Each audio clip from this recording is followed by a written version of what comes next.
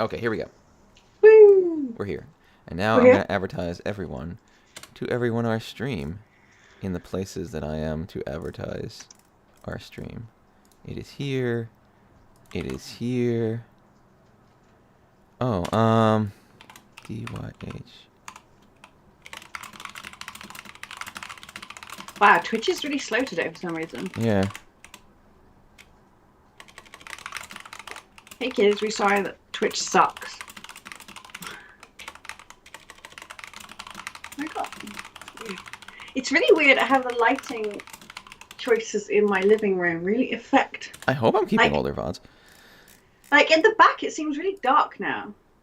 Are we not keeping the older videos? I feel bad. We should be keeping all of these. For a while I very religiously archived them to YouTube and then I stopped because I thought Do you that not download them and stuff? I don't know. I don't know no. what you're doing. Well, I used to copy them from Twitch to YouTube, but now that we dual stream also to YouTube, I thought YouTube auto keeps them. Right. So actually, I don't know. This might be a recent problem, but I logged onto my channel and I noticed all of the stuff that I had, not just videos that I'd saved because I'm whatever an affiliate, so I can save them for as long as I Oh, I like, wish right? I was an But affiliate. also the highlights that I clipped, which really only like 30-second like shorts, had all gone. So I think Twitch, as part of this, Yeah, I should. I'm gonna music review that though, problem. because someone just mentioned, oh, I wish we kept more VODs, and I'm like, oh, I thought we were. So Yeah, I'm I gonna just make sure I we take double care of that. checked. Like, I don't know whether they changed it so that, but definitely some of mine removed. Like, I've only got Shadow. one video left up there somehow. I don't know Oh, that's how, and it's weird. just yeah, it's really weird. Like, I'd I'm gonna left quite end a all of lot of these here. videos up There we there. go. Now it's a little more of my Because I space. went back to delete all of the ones we've been doing because I was like, no one's going to want to come back and watch. If they're Mm. watching this, they should watch the Is USPMO one. the look at But me yeah, channel on your thing is the right place, right? yeah, you can put it anywhere really. I And don't know. I Mahjong just will want look to. at You're me. the administrator. I don't want to get in trouble with the Well, admins. I put the look at me just so that if you had anything you wanted people to look at, I don't know, like. It's funny actually that having that channel. So for those who don't know, I have a UK Mahjong channel, Discord channel, and one of the subs in there is "Look at Me," and I've noticed that if so soon as you say this is where you should boast, people are much keener to boast. Yeah, well, it's because they don't. They're no longer worried that they might be doing it in an inappropriate place. Like, I don't Yeah, want to be some jerk who like drops crap everywhere and it looks like I'm just self promoting and everyone's like, oh, you shouldn't yeah, be doing that here. Like, if you have the place of like, this is where you put the things. Like, oh, okay, I can do that yeah, now, and yeah. now Like, I and don't I feel think bad. I don't feel yeah, like I'm disrupting anyone. yeah, definitely newer people they didn't want to Hold interrupt on. whatever kind of half-hearted conversation was happening on the other channels. Whereas Hmm. look at me, I that's for don't. interrupting everyone and be like, hey, have you noticed I'm great today? My lighting is terrible, and I don't know what to do about it.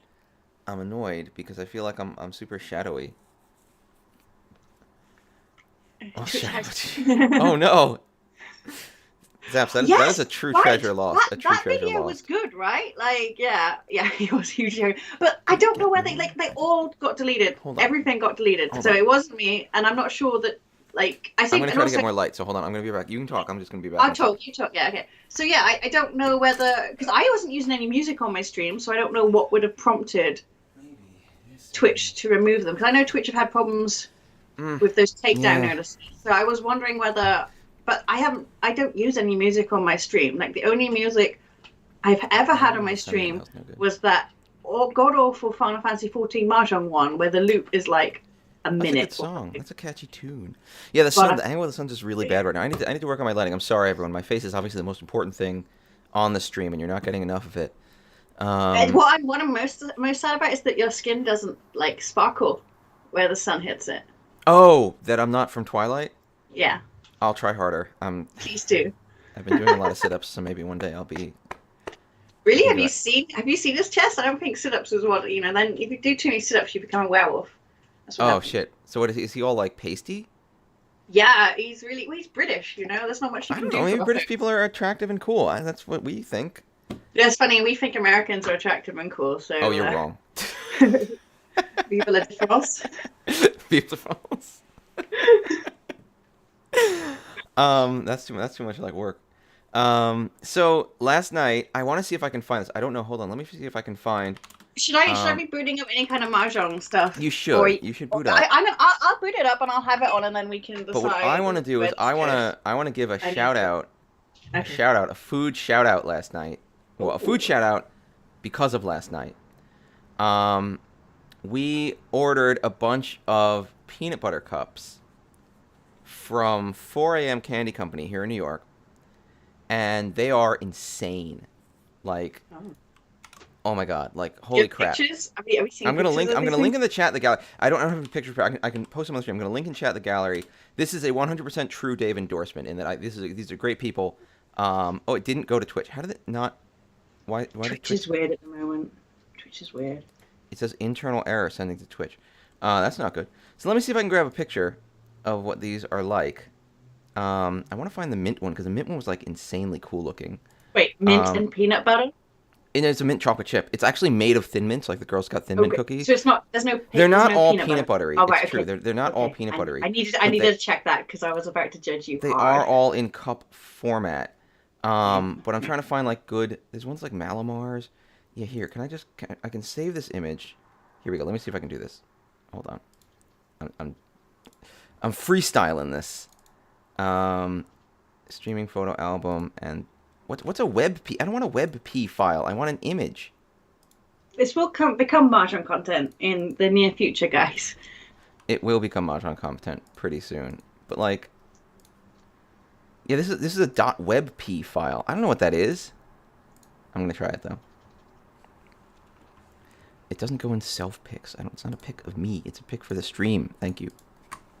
All right, let's see if I can. Let's see if OBS will show this.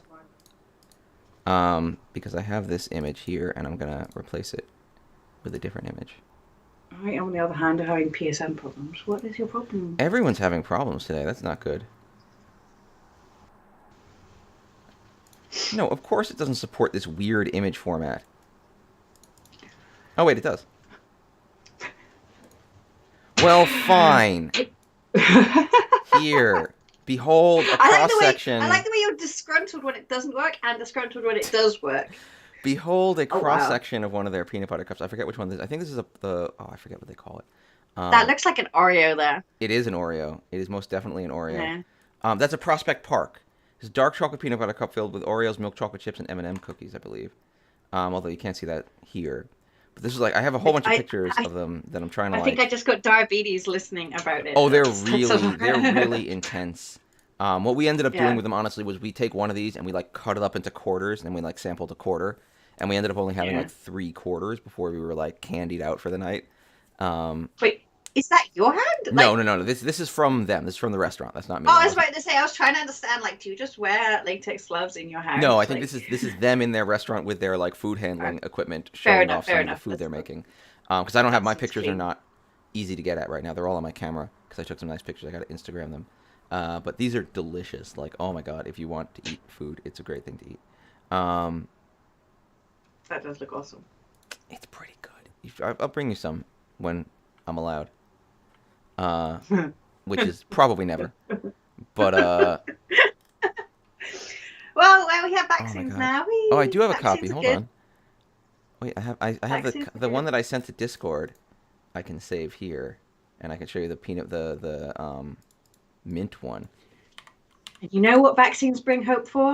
That we will once again be able to play Mahjong. No, not all of them have peanut butter. I think that one's more chocolate than peanut butter, but it has a bit. But this one that I'm about to show you does not actually, because this is what I do now. I just show people pictures of food. It does not actually have any. Do Americans prefer smooth peanut butter over to peanut butter with like nuts in? I personally prefer chunky peanut butter. You can definitely get both types of peanut butter here.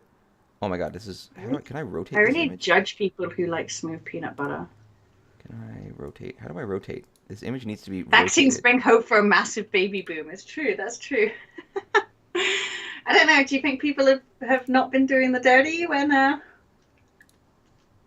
even though there's quarantines? I'm pretty sure that... Wait, what? Vaccines bring hope for a massive baby boom, says Chill Kaiju. That's true. Can I put this? I don't know. I don't know. I guess we haven't really got the. I don't know. I feel like more people around me are having babies. My brother is having a baby in a few months. My brother-in-law is having a baby in a few months. Now hookups in bars are way down. Do you reckon that's how people get pregnant now? Oh wow, that looks great. It can be. Yeah, so that's all like Thin Mints, and it had some Andes mints on it. You can see the Andes mint on it. Like, it's full of minty, chocolatey goodness. And no peanut butter, I don't believe. Maybe a little peanut butter. I don't know. Mm. It's funny because the peanut butter cup company had to send us like a notice being like, "This is made in a facility that handles nuts, and there could be peanuts in there." And I'm like, "Well, Mm. yeah." Oh my god, it was so good. I'm so sad. The only thing I'm sad about now is that it's gone. Um, and they delivered. They delivered all the way from Brooklyn. It was crazy. It was really cool with them. Hi, Shilabon. Hi. Welcome everyone. So, I've talked a lot about food. It is the latest in dessert technology. So what else has happened this week? We had an exciting week in politics, but I'm not even going to start with that. Other I than, was about to say, like, it's what, day 9 of 2021? I know, Like, seriously. this is not getting better, guys. Just to be super clear, although if you've listened to us at all, this will not be any kind of surprise. But I'm hoping I'm not speaking too far ahead of Gemma's opinions. But we both support, our actual government and democracy and freedom, and not awful fascist takeovers. So, yeah, that's as far as I want to get into that. But we can be clear where we stand. I'm assuming I'm not speaking too far for you, Gemma. I'm assuming you don't. Oh no, of course not. I was just trying to, like, I said, I think it goes against all of what I believe in, because I generally like, criticizing and not being kind to the government. Well, But there's at lots this wrong. time, There's lots wrong with our yeah, governments that need to be improved. at this time, yeah, like, yeah. But like Don't know. fascist It's coup is funny, not the isn't it? kind of Like, again, improvement. yeah, fascist. That's the problem. It's. Do you know what? I'm not even. Like, I'm okay with a little, like, protest, and even Oh if no, it's protests nothing. are great. People Yeah, protesting for and things also fine. You can shout about yeah, your opinions as much as you want in the street. Go for it. Protest. Do the thing. That's fine. yeah. I honestly, I did. I just saw the latest video that they released with the where they're crushing, Oh the two God, sides I are don't. crushing each other. And I'm like, my God, they Nightmarish. are so lucky. They only got away with 5 people dead. Like, that could have ended in Oh, hundreds dead. I a mean, lot of them could have been just from a country that's scarred by multiple yeah. football stadium crushes, that really hurt me. I don't know. I was like, oh my God, they could have all died. All of those people who are pushing against each other, they could have Yeah. just crushed themselves. Oh, it's frightening. It's frightening. So Children who never learned to be like those situations are incredibly dangerous. Like big crowd movement yeah, situations that are incredibly dangerous. volatile. And Yeah, again, whatever you're doing, just when you're in a big crowd like that and it's moving, that's just yeah. dangerous. It's and exactly, like, and that's why so much technology is spent now on managing crowd movement. I think actually the worst peacetime mass death incident in the Wasn't it like the UK was Hajj? Oh, in the UK, actually okay. in the UK was actually a crush incident in a theatre when someone was giving out sweets at the front of a children's performance. This is in the Victorian age. This is a long time ago. But Okay, they were thank giving God. out sweets, and all the children, like, lurched forward to grab at this free candy. And I think it was I think close to 200 children died in a crush. Jesus. Exactly. But then and I think we've forgotten, that when we're in crowds nowadays, it might feel big and it might feel like, oh my God, there's a lot of people here, but it's almost always carefully stage managed with breakaway Well, barriers, making sure not that's too many people are entering, tunnels, etc. that's like the broader thing is like we live in a society, haha. But like a lot of the things in our world, there's so much effort put into like managing them for us. Is something I was talking about. Like I go down to the supermarket and I can pick between every fruit known to man. Like I can just get any of them, and they're all there for me whenever I might want to grab one. And yeah, and like anytime I'm in a crowd or at an event, guess what? There's probably like 50 to 100 people who've put in hours and hours of work to make sure that me standing around at this event is in a safe environment where like Yeah. if something happens or something unexpected happens, there's so much work that goes into making my life better and safe in ways that do not immediately smack me in the face if I don't think about it. But I mean, even when we were kids and stuff, I mean, concerts and stuff were dangerous still. Yeah, People were dying in crushes at the front of those. I mean, was it Pearl Jam when those people died at the front? there were a few different concerts I can think of that Yeah, ended up in even when we were tragedy. kids, yeah, Yeah. like, I definitely, when I went to concerts when I was a teenager, my parents, that was a legitimate concern of my parents, But now that I'm and luckily old, that's no longer really a concern. can't I just blame it on the kids and their raucous music? Yeah, Yeah, that's oh, what was it? Where was it? God, it's totally got out of my mind. The Hillsborough, the there's Hillsborough I've actually crash was read a lot horrifying. about this, Chokaiju. Like you can't prevent. So one of the things I was just talking about earlier is like when people are in crowds, it almost becomes like a fluid dynamics problem. Like the people aren't behaving rationally. Like these crushes don't happen because 50 people say, "I know what would be great. Let's trample some." Like no one does that, Yeah, right? but no. So I would like to point out that the Hillsborough massacre, because it was It was called a massacre. That's crazy. Well, probably because I'm sitting on the political side, who thinks that Hillsborough should not have happened. I mean, there's some things you can do, like they treated the football fans as hooligans that must be controlled. So they didn't have breakaway barriers. They had concrete stuff, metal stuff to try and keep them confined, because we were treating them like they were criminals. And because the police had no respect for them, they just didn't listen, and they just kept pushing people into that pen and ignoring that these people were dying at the front. And then, of course, there was a great cover-up after it, which didn't help. So, I think, and that's part of the problem, right? Especially in these protest situations, is that neither side has any respect for the other. They have to be like that, right? Because they're both at war. In that moment, they are at war. The police are pushing back at people who are there, trying to hit them and get in. And the people who are pushing in, rightly or wrongly, are like, the police are against us, we must fight back.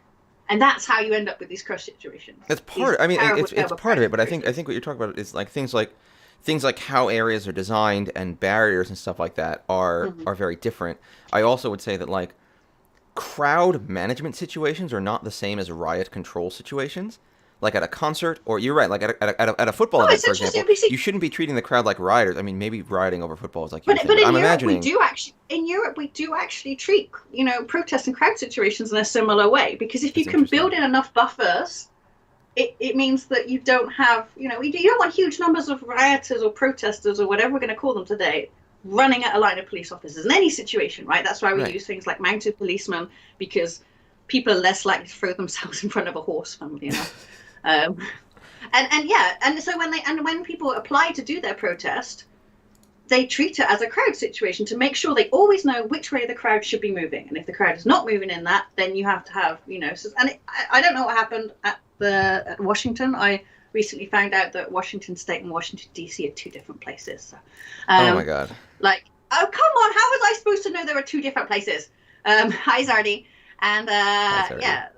Anyway, but luckily we don't have these problems at WRC, because no one is going to be in a crowd. We're all going to be sat at a nice distance from each other in a nice, civilized way. There's definitely a lot of knowledge and technique that can go into things like controlling crowds and how you funnel people into places and how you design the barriers to keep them from going places such that common situations don't turn into tragedies.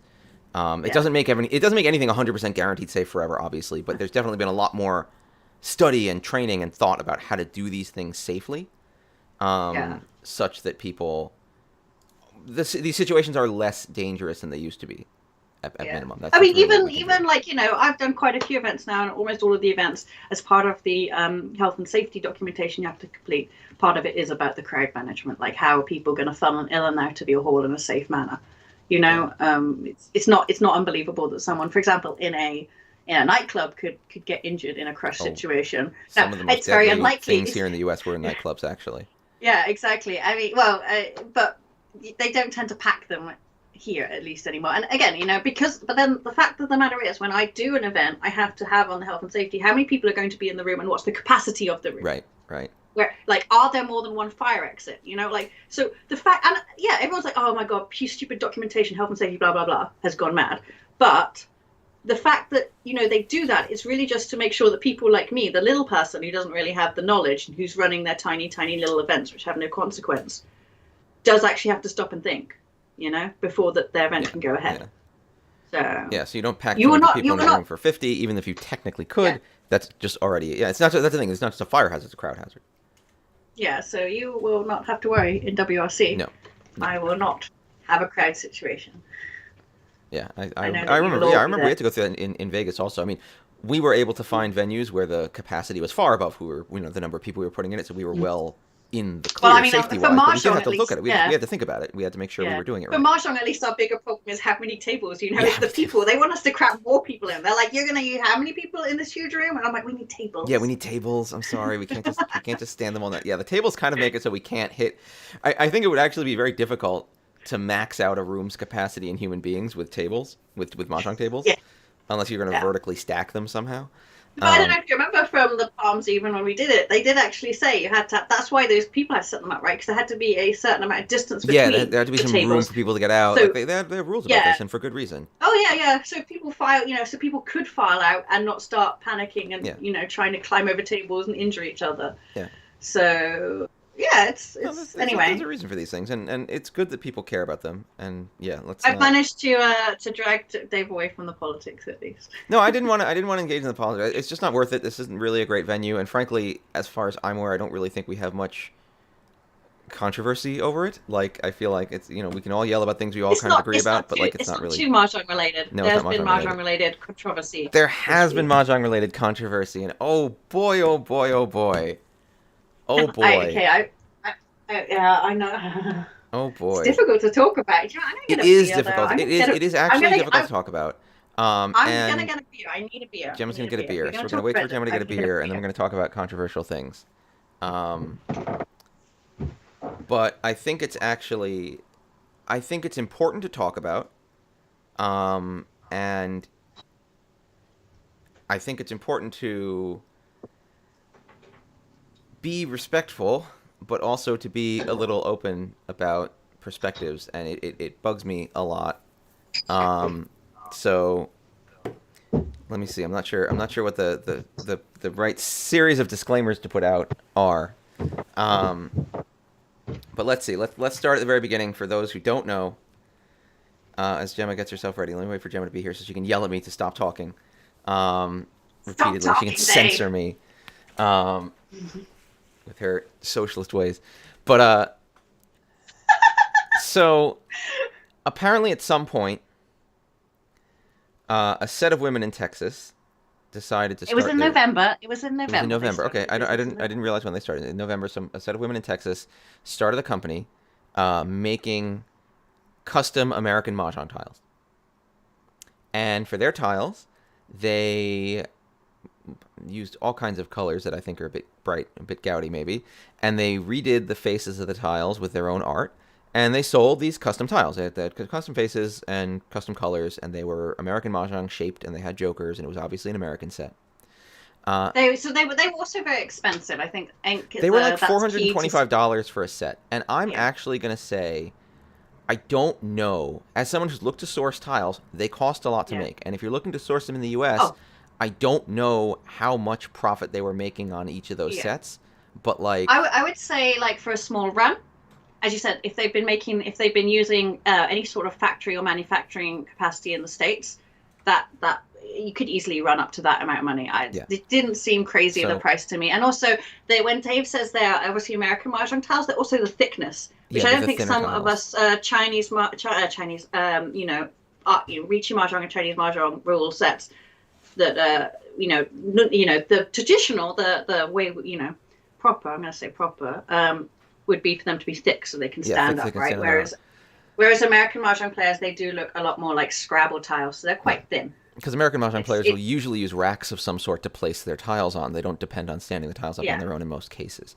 So that's another.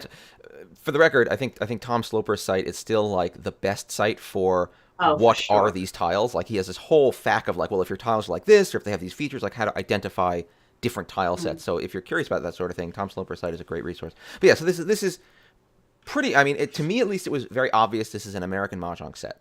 It included jokers. The tiles were thin like that. They used terms like bam and crack. Like these are all the American Mahjong things that I'm very aware of. And so they did this. They're selling this for $425, which again, depending on how they're sourcing them, may or may not be unreasonable. I don't know. And what they basically did is they hired a marketing company to make their business a website. And the marketing company wrote up a lot of copy, which I would call fairly standard marketing copy for products these days in general, which is... Do you know what? I read it and I was like, my God, this is exactly what they write to sell women anything these days. I mean, they could have been writing about tampons for all I knew before I managed to get to the product they were selling. But... Oh no, come on. Like really, like that's how everything is sold now. They take something very basic and then they manage to like spin it into a lifestyle choice. Are we queuing in for FF14, by the way? I'll queue for FF14. Okay, so let me put you up so that we're not... You're right, Evelyn. Evelon? Yeah, Evelon? I, So we can be I on will, category. yes. So Yeah, let because me get that ready before I continue I my haven't had spiel. many angry what do you call it? Twitch people coming around saying that, I shouldn't be. Oh no Well, no no! they I at don't. No least one, no came one's being around whilst angry. I No was one's. As playing far as I'm Final. aware, no one's angry. But it was noted, and I think it's No. I important. haven't. Yeah. And now I'm gonna stream it so that we can get it over to you. Oh, this Give is me a your offline. second. Okay, once it sees you. Okay, so Gemma will be up as soon as she's online. Oh, it's interesting. Actually, it's very interesting how many people have only played online. I remember at our first meetup many years ago, like everyone there had only ever played online except for like 3 or 4 of us. So it was a very new experience doing things with physical tiles and learning how to work with them. Um, and yeah, I actually do find it really interesting all the different physical sets and their attributes and like what it means for different sets to be different ways. But yeah, so they make these tiles, and the mahjong and the marketing company writes in this copy, and the copy basically go. I'm not quoting verbatim, so again, I'm just being a little precise when talking about this issue because it's a little controversial. I'm not quoting Did it this not verbatim, work? but the copy goes along the route of like we discovered mahjong. It was really cool, but we figured that the tiles didn't really reflect our cool, unique personalities. So we made these new tiles to show your individuality and personality. So you should buy them because they reflect who you are. And again, to my mind, at least, this is fairly standard marketing copy for everything these days. Everything you buy tells you that you should buy this because it reflects That's who you definitely are and gross. your individuality and Yeah. blah blah blah This is blah. this is consumer capitalism at its best now. Yeah. Okay. Let me hop over to our Gemma Mm. scene because okay, here we go. So But now we yeah, can do honestly, like they will sell you feminine hygiene products as selecting things for your personality. It is yeah. crazy. Like it's so grotesque, but that's just the way the world works now. So what ended up happening is several people on Twitter decided to start getting very angry at them because they decided to change the faces of the tiles. Um, and I'm going to be talking, and you're not going to hear this very often. I'm going to be talking in my most charitable context, uh, because um, you might assume correctly from looking at my face, Chinese culture is not my culture. And Mahjong, as a game that originated in China, is owned, I would say, by Chinese culture. They created this game that we play. So, as I said, I want to be the most charitable that I can and the most fair that I can in this conversation. The conversation quickly turned to things like cultural appropriation, yeah, and I don't think it's too crazy that people had that thought because they looked at something and what they saw was a bunch of white looking women saying, we found a thing, but we didn't think it expressed us, so we made it for us. Hooray! And Oh. I can very much see how seeing that was distressing to people and gave them that first thought of like, oh God, again, someone found something that we've been doing for like 1,000 years or something, and now they just think it's their thing, and they're just going to say, oh, well, it's cool, but like all the parts about it that aren't, American are stupid, so we're going to throw those out, and we're going to put our own stuff on it, and now it's ours. Hooray! And like, I get that that's gross, and I get that people don't like that, and I see how that was the first assumption people had when they encountered this. But the problem is that the actual history, and this is why I say it's like a history stream, because I'd rather talk productively about the history than get into the nitty gritty of the details of that conversation and how it went. The actual history of Mahjong is much more complicated and actually much shorter than a lot of people might think it is. What I found really, I learned a lot actually in looking into this, which was pretty interesting. A lot of these things also came from Tom Sloper's site, so I once again recommend Tom Sloper. Is it sloperama.com? It's sloperama.com. Yeah, I Yeah, think that's sloperama.com. yeah, he's linked the FAQ up. Oh, he has a It's Hanafuda-rama. a Oh, little it's a wow. little bit it's a little bit It's old. web It's an old. 1.0. But the content on there is as solid as anything, and I think if Yeah. you speak to a lot of players in the community, will say that Sloperama is where they got all their information I'm from gonna to I'm start gonna with. I know paste the that link into the the community chat has kind and of see if it moved on a works. little bit since then, and it's not. But I would still recommend if you haven't gotten onto that site to go onto that site. He's Yeah. just got so much information in his head, and he's managed to take opportunities across the globe to get involved in mahjong in the Chinese Mahjong community, the Japanese Mahjong community, all the different types of communities that are. He doesn't sound Jewish, that name. But I don't. know Again, I wouldn't presume from the name, but it's tough to tell. Yeah. But and not only that, actually, one of the things I find very interesting about his site is that he also has citations. Like he's taken this pretty seriously, and he has citations for a lot of the things that he says or has learned. And so like it's a very interesting site to explore. I do recommend it if you're curious about. Am I mixing this up? He was involved with Activision and stuff as well at one point, right? Maybe in their very old Mahjong game that they made. That like I was just like, how the heck did a company release a Mahjong game in the West like 20 years ago? Yeah, and I'm just He's a video game designer, I guess. So he has it's the content in his head is insane. So please go to that site and read. There's tons of information, but so the thing that bothered me about all of this is, there's a lot of things. I think, Chill Kaiju, are the people flaming those women legitimately interested in the history? I think that is a bit of a loaded question, and I don't think it's fair of me, as I'm being even-handed, Dave. I don't think that it's very fair of me to make assumptions about their motivation. Again, I understand like the core thing that they felt upset about, and I think that the truth of the history maybe doesn't bear out that upset. Okay, I will rejoin the conversation now. Okay, go for it. And I'm going to preface it with I'm obviously white, although I think some people confuse me on Twitter. Now, I think some people legitimately confuse me on Twitter as potentially a little bit Japanese. So if you did think I was a little bit Japanese, I'm not Japanese. I am very white, and I'm the white that. You're like capital W white, like. Oh, I know, right? Like, and I'm sorry, Dave. I'm the white that gets to decide when you're white. Like that is actually true. Thank you. Yeah, I'm sorry. I'm so sorry. But yeah, and it's funny, like when Dave reacted a little bit bad when someone shouted colonizer at someone, and I was like, sounds about right. So I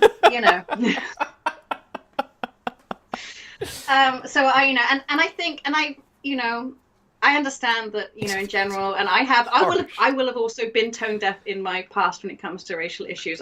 First of all, I'm British. I have grown up in a small town where there was no one of color. And also, I don't think I'll ever quite understand how it must feel to be asked, where are you from? Oh, yeah, like, where are you really from? Yeah, so, and so I really, I did, when this whole started, I did want to take a step back and listen. And I think, some of the core out of here is that there is, when you talk about the Mahjong history to them is them playing with their families at New Year's or, other family gatherings, right? And that very emotional attachment to their family and to the threads of their culture as a first generation, second generation, third generation immigrant or whatever, and I think that that's a really important narrative that would be nice to hear more. So when you say like history, like I think they are that element of that history is entirely legitimate, and they are legitimately interested in those stories, especially as it's for it's a lot of women playing it often. No, I think in Japan it's definitely more of a kind of guys game. More of a guys game in Japan, yeah. Whereas, and I do understand that as a female, these kind of more female activities where we have a moment where we get around and it's, we're connecting with our mothers and our grandmothers or our daughters and sisters and stuff like that. It can become quite emotional, I think. And so that's kind of what I was trying to hear from all of that. Yeah, I mean, that's the thing. That's why I don't want to say things like these people don't legitimately. I think it's unfair. I think they have real connections, real feelings about this, and I don't want to say that these feelings aren't legitimate. No, I don't have those connections. I don't.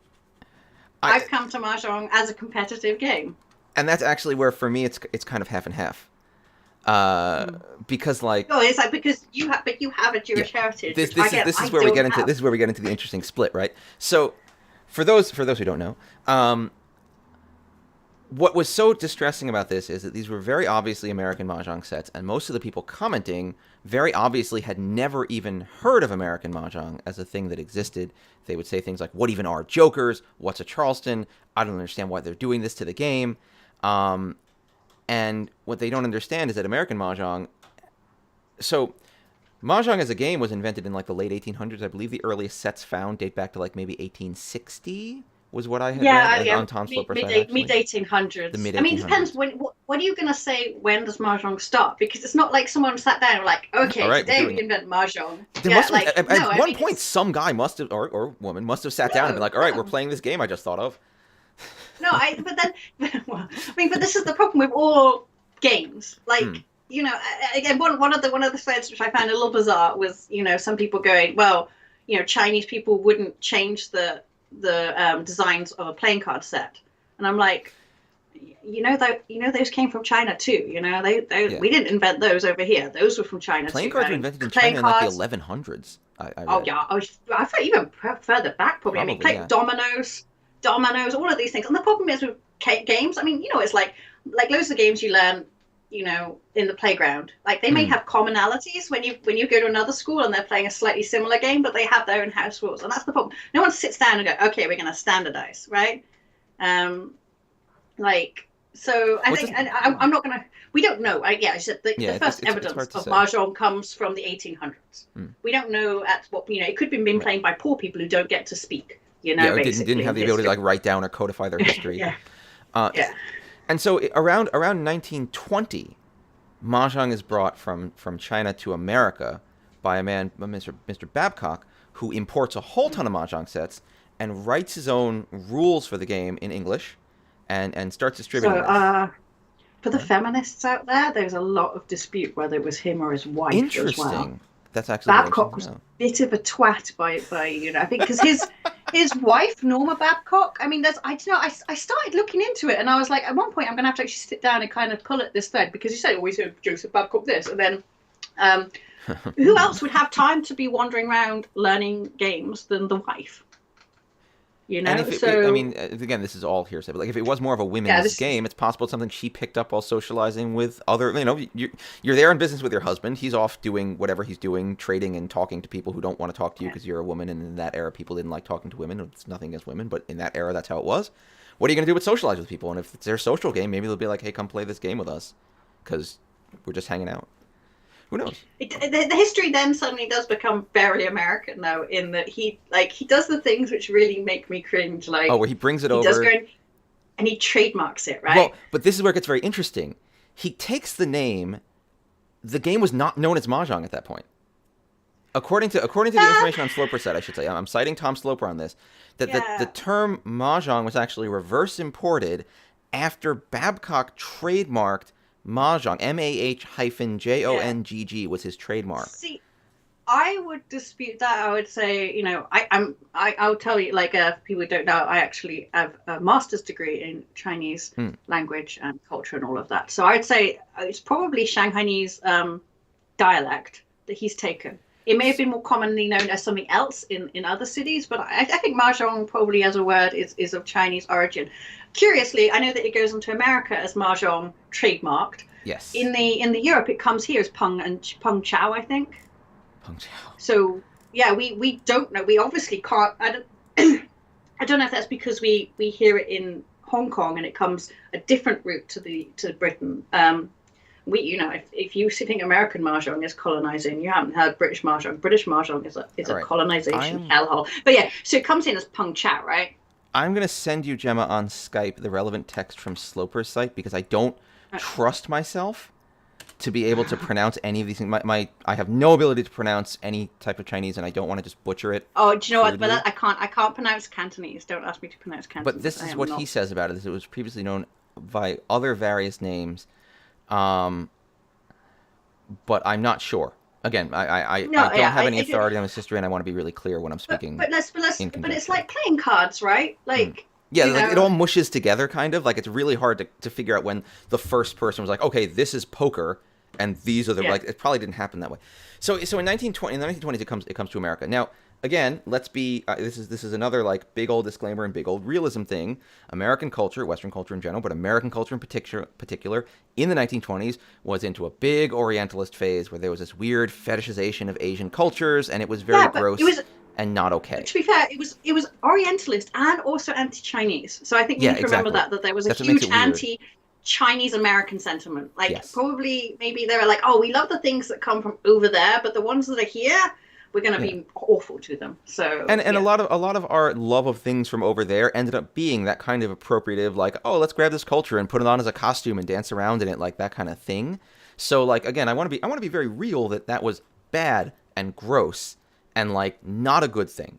So there's plenty of conversation that can be had about that, and I don't want to sound like I'm just washing that away. Ooh, Gemma's cute popped, hooray! um, but Quick, and it's novice. So quick remember that novice. for an Okay, hour quick in about novice. 10 seconds. I'll get to that in a second, Chokai, because I want to talk a little bit about this history. So what ends up happening in the 1920s is it becomes wildly popular, primarily amongst Jewish women. And at this point, in the 20s, like Jews were still like not oppressed isn't the right word, but like weirdly segregated. Like Jewish people had their own places they would go for vacation. Can I clarify one thing? Is Mm-hmm. that there's fairly good evidence that Jewish women were playing mahjong before Babcock. That's interesting. Also, I did not know that. So yeah, I have to source this. This is terrible that I didn't bring out sources in advance. But okay. you know that because if you're in New York, for example, that you know, lots of immigrants were living in the same areas, right? They'd all come to enjoy the American dream, and they're all shoving themselves into the same kinds of. Oh no, the screen's not. They're shoving themselves into the same kinds of areas, right? Because you know, immigrants, unfortunately, usually at that time are coming in. You know, I think you had no immigration laws at the time, right? So lots of people are coming to enjoy the American dream or fleeing the persecution in Europe. So there's good evidence that There we go. Sorry. Now we can see Jewish women may have picked it up before Babcock. Hold on a second. Your hand is crazy. Yeah, it's really good. And they may have picked it up before Babcock, and then maybe they were, again, this is a total theory. I don't have citation for this. They may have, you know, I imagine, like, you know, there's 3 Chinese women who would like to play some mahjong, and they're like, oh my God, our friend has not turned up again. She's the worst. And they're like, oh, we could ask that nice Jewish lady down the way. Like, oh yeah. It's possible. And then, you know. I mean, frankly, there's always been... That's the problem with games like this, right? You have to have 4 people. There's always been this kind of like alliance is also kind of a strong term, but I'd say that there'd been an affinity between many Jewish and Chinese immigrants because like both of them kind of didn't participate in a lot of the mainstream things of society, you know, Christian rituals, stuff like that. So it's kind of like, okay, well, we're both a little bit on the outside. We both live a little bit in the bad part of town right now. Like, oh my God, what are you doing, Gemma? Are you cheating? Yeah. Okay. As long as you can admit it. I just want to kind of, you know, again, like I feel like you know, the Caucasian white narrative of Babcock is that's fair. No, I think it's very fair. This is all interesting to me. And again, just to be clear, I think we are trying to please check this, cite this. Yeah, like please okay. Make sure that we're trying to be clear about citations and when we don't have citations. So please remember that we're not official scholars, and some of the things we say, we'll try to be real about what we know and what we don't know. So. You still, oh my God, Twitch is behaving very poorly. Yeah. I just wondered whether we should be doing share play. Oh my God, what is this? Gemma. What the heck But someone has reached. I know, but someone has reached. Still, maybe you're just cheating because they've reached. Are they going to win? If they win, I'll be really sad. If they win before you can make this hand happen. This is crazy. Oh, no, it's not worth conning. It's a terrible plan. You're quite a way behind me. Maybe I should re-stream. You might have to. Oh my God. I was just wondering if using PSN SharePlay would be better. How? I'm not on a PlayStation.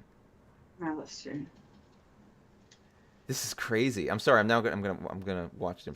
So, yeah. So we have the 1920s. We have the game becomes very popular with Jewish women. It's part of it's become and over the next basically 100 years, it becomes a very integral part of the Jewish social scene. Where all these women will go up to they'll go out to the Catskills, they'll go to the places that Jewish people would congregate in America, and they'd all play mahjong together, and it was like the key social thing. And so now what you have really, and again, I think it's really important to differentiate between engagement and ownership, right? What you do have here is cultural engagement, in that for many, oh my God. For many Jewish people, mahjong is now something that they play, and their mother played, and their grandmother played. And at this point, like, this thing is like a part of your history and a part of your world now. It's an important thing to many people, and many people in Jewish communities have. Oh God. Okay, you're gonna keep the closed weight to hold the door up. That's fair. Well, also, I don't think the door is safe to throw. That's fair too. So now you have this like cultural attachment that these people have, and this is a legitimate cultural attachment. Mahjong to them is no longer something that someone else does that they just like walked up to and like, oh hey, what's this thing? Give me that. It's something that's a part of their own life story, and that doesn't mean, oh my, Gemma, you're super cheating. This is ridiculous. I can't be cheating because I'd win. If You I got was to cheating. tap on Toy how far are you behind Door me? 2. I believe Mahjong does come from the Chinese term for sparrow. I believe so. Again, I'm trying to be really careful about things so it's I'm not a interesting, scholar but on. they've lost that character though now. They don't use the character for swallow so often. That's But interesting. Japan does maintain the swallow character. They've changed the character for most, in most areas of China now. Oh, that's pretty cool. Yeah, so this is where it gets challenging for me, is that like as a Jewish person, like Mahjong has become part of my culture, and that doesn't mean that I own Mahjong. Obviously, Jews didn't invent Mahjong; it's a game that came from China that Jews just ended up playing. But again, I feel like whenever anyone grows up in an environment where it's like they do something and their parents do something and their grandparents do something, like you have a legitimate connection with that thing as part of your story. Even if it doesn't confer ownership, and so that's what was so frustrating to me, is I felt like, okay, well, these women are making an American Mahjong set. They could well just be a bunch of Jewish women who grew up with Mahjong in their family. Like, I don't know them personally. I don't know much about them. But if that's the Very case, blonde. then like, the great Mahjong heist we stuck in China stole Mahjong for. It's true. But like, if that's the case, that this is part of their own story and their heritage, so to speak, like, they have enough right to engage with it that making a custom tile set doesn't seem too crazy to me. And it's just a custom tile set. Lots of people have made custom tile sets over the years, many of them men, and no one's complained until it was like three women like using Chris some bad Lloyd and marketing stuff? technique. Yeah, like Chris Lloyd. Chris Lloyd has tons of custom tile sets. No one has jumped on them for it. But it's just because... And Chris Lloyd's tile sets are 4 figures, like they're $1,000 at least. $1,500. Like 1,000 up. There's nothing below 1,000 at Chris Lloyd. It's up. But then they're using they're using. You know what the problem with Americans is? You have to pay them properly. They don't work for nothing. You can't, Yeah, that's what I'm saying. And so it's like, I don't know. What was upsetting to me is that now in this people being very upset about the possibility of having the Chinese history of Mahjong erased are also kind of erasing this American Jewish history of Mahjong.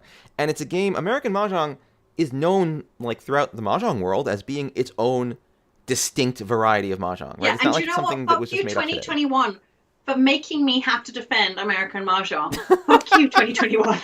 Because Gemma, I you are have so spent a cheating. lot of my life hating on American It's Mahjong, true. and I was like, it's dumb. Like, you copyrighted it, and like the hands change every year. What the hell is that about?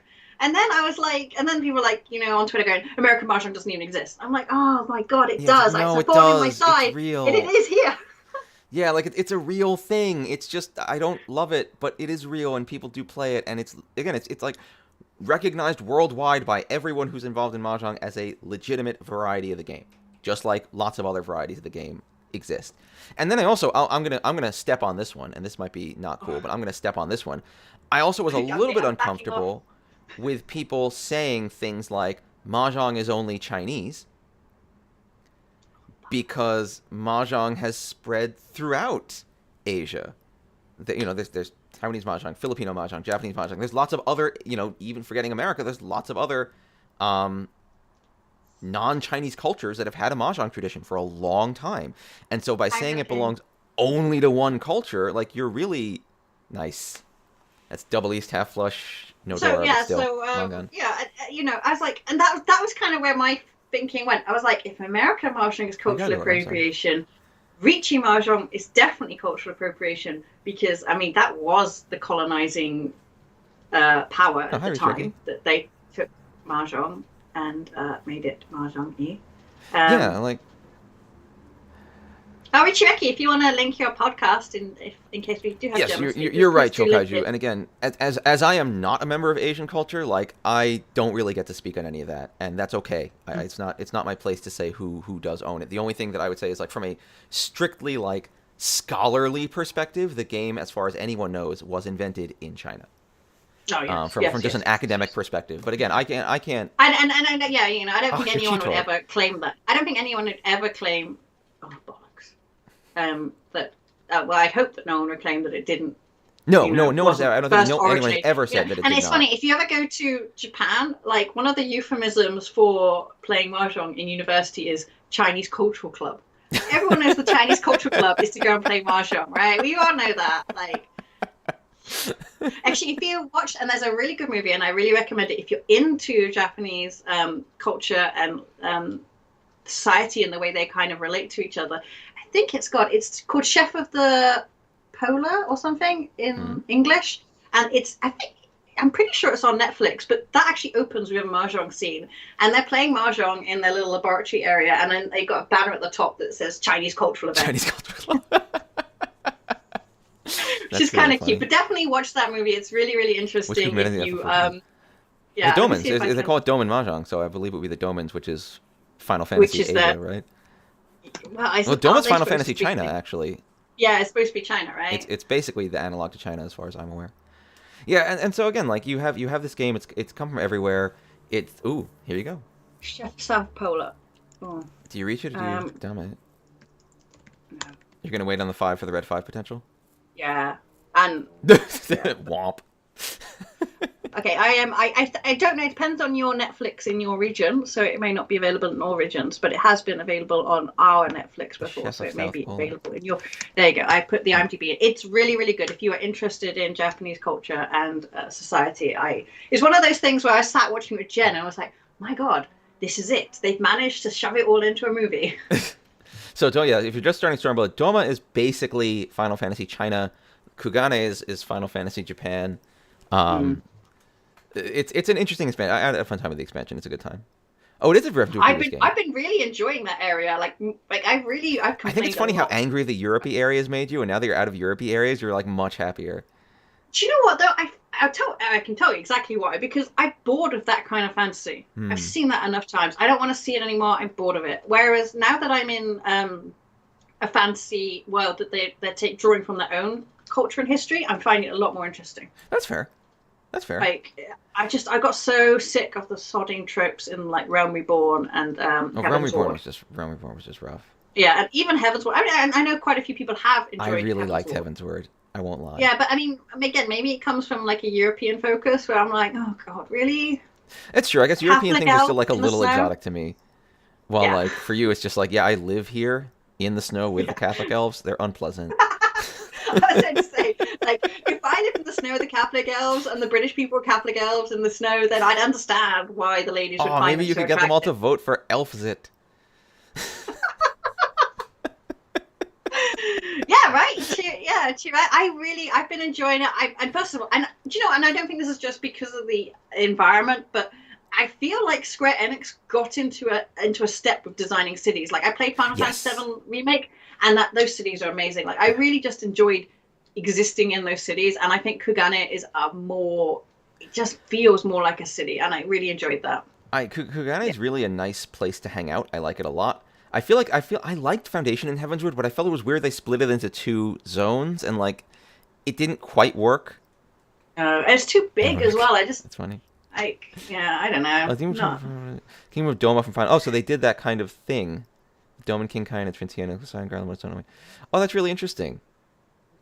I think, yeah. I mean, what you see in Stormblood is that they've just gotten better at game design. They're just better at designing spaces. And I will say, it was nice to see them have as much fun with like their own more local cultural history as they did with everyone else's. Like you can tell that they throw in tons of different myths and legends and references and just have a great time with it.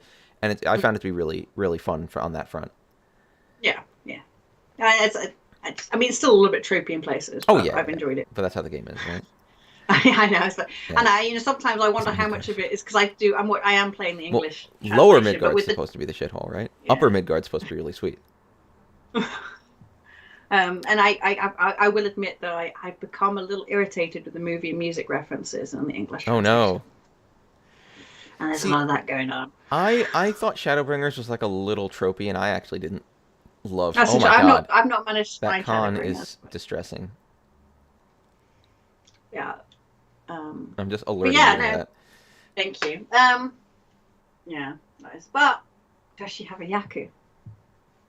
No, it's probably not that. I don't see any white dragons anywhere, and now I've become even more concerned. What about Chuns also? You don't see any Chuns anywhere either. No. Well, I mean, I see a Oh chance in my dear. hand. Well, that's almost good for you though. I mean, you got a Dora out of it, but you need the right tiles I'm out. now. I'm out. I'm out. I'm You're out. out. I'm out. You're out. You're wussing out.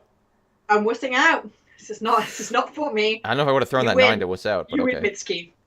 You win, Mitski. You are better than me. Oh, I don't know, man. You're so close. Mm-mm. Not close enough for this nonsense. Not close enough for this nonsense. You're so close. The only way that I can recover this is if I draw the chun or someone throws the chun. That's true. If someone throws a Chun, you're like in the. Ooh, the 1 pin actually. That's not a bad thing to see thrown either. Oh my god. That 9 was a worse out tile, and I tell you why. Because that's not what they're waiting for. Oh my god. I don't know. You're so Why close. did I? I would have thrown the I 3 pin Why did? to hold the 1 and keep the 2s as the pair. Well, I guess that doesn't work so well. That's fine. Oh my god. How did you not? How did you not take that for the Tempai? I guess it's not really worth it. This hand is not worth it unless you're going to reach. That's for sure, actually. So I see. I'm not throwing that red dragon. Oh my god! Right, let's. Bye bye hand. We're going now. Oh come on. Oh no, that's it. I bet you they're waiting for the red and the white dragon. For the red and the white dragon for sure. That's got to be it. Yeah, you can't now. Now it's not a matter of guts. Now it would be 2 crazy throws. I haven't studied Hong Kong Mahjong. I've seen people play it, but I haven't like studied it in any way. I've played Hong Kong. I wouldn't say that I'm good at it. So the rule sets that I have played are Ricci, obviously. I played Chinese Official and MCR. Those are 2 fairly different standardized Chinese Mahjong rule sets. I've also played Taiwanese Mahjong. I've also played Singapore Mahjong. I have played German Mahjong, Dutch Mahjong, and British Mahjong. And really, like, British Mahjong is just, like, I was sat there and I was playing it and I was like, oh, wow, this does feel like colonization. Because, like, one of the rule sets, actually, that this is a very nice old man. He was a nice old man, and he wasn't a racist. However, he had like an old rule set that he had played like from just after the war. So we're talking like 40s, 50s, something like that.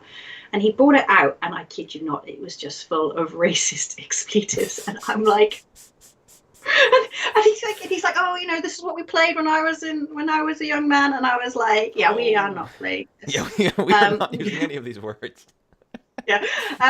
And so, you know, but to be fair, he wasn't attached to the words. We actually just rewrote, we just changed the names. And so somewhere out there's a little piece of paper with Yaku that are Yaku names that are totally obviously written by me. You know, it's like we all love gerbils and Gemma's the best, etc., etc. I'd play we all love gerbils. So goulash is just the Charleston. Yep. And I would love to know why we've taken goulash and they've taken Charleston. I would love to know how that difference happened. Whether the Charleston and goulash was actually a local rule that was played somewhere in China that somehow both of us managed to get hold of and call totally different things. I wonder if it was like it. I'd love to know. To me now, again, this is Dave's entirely amateur history, so just be clear.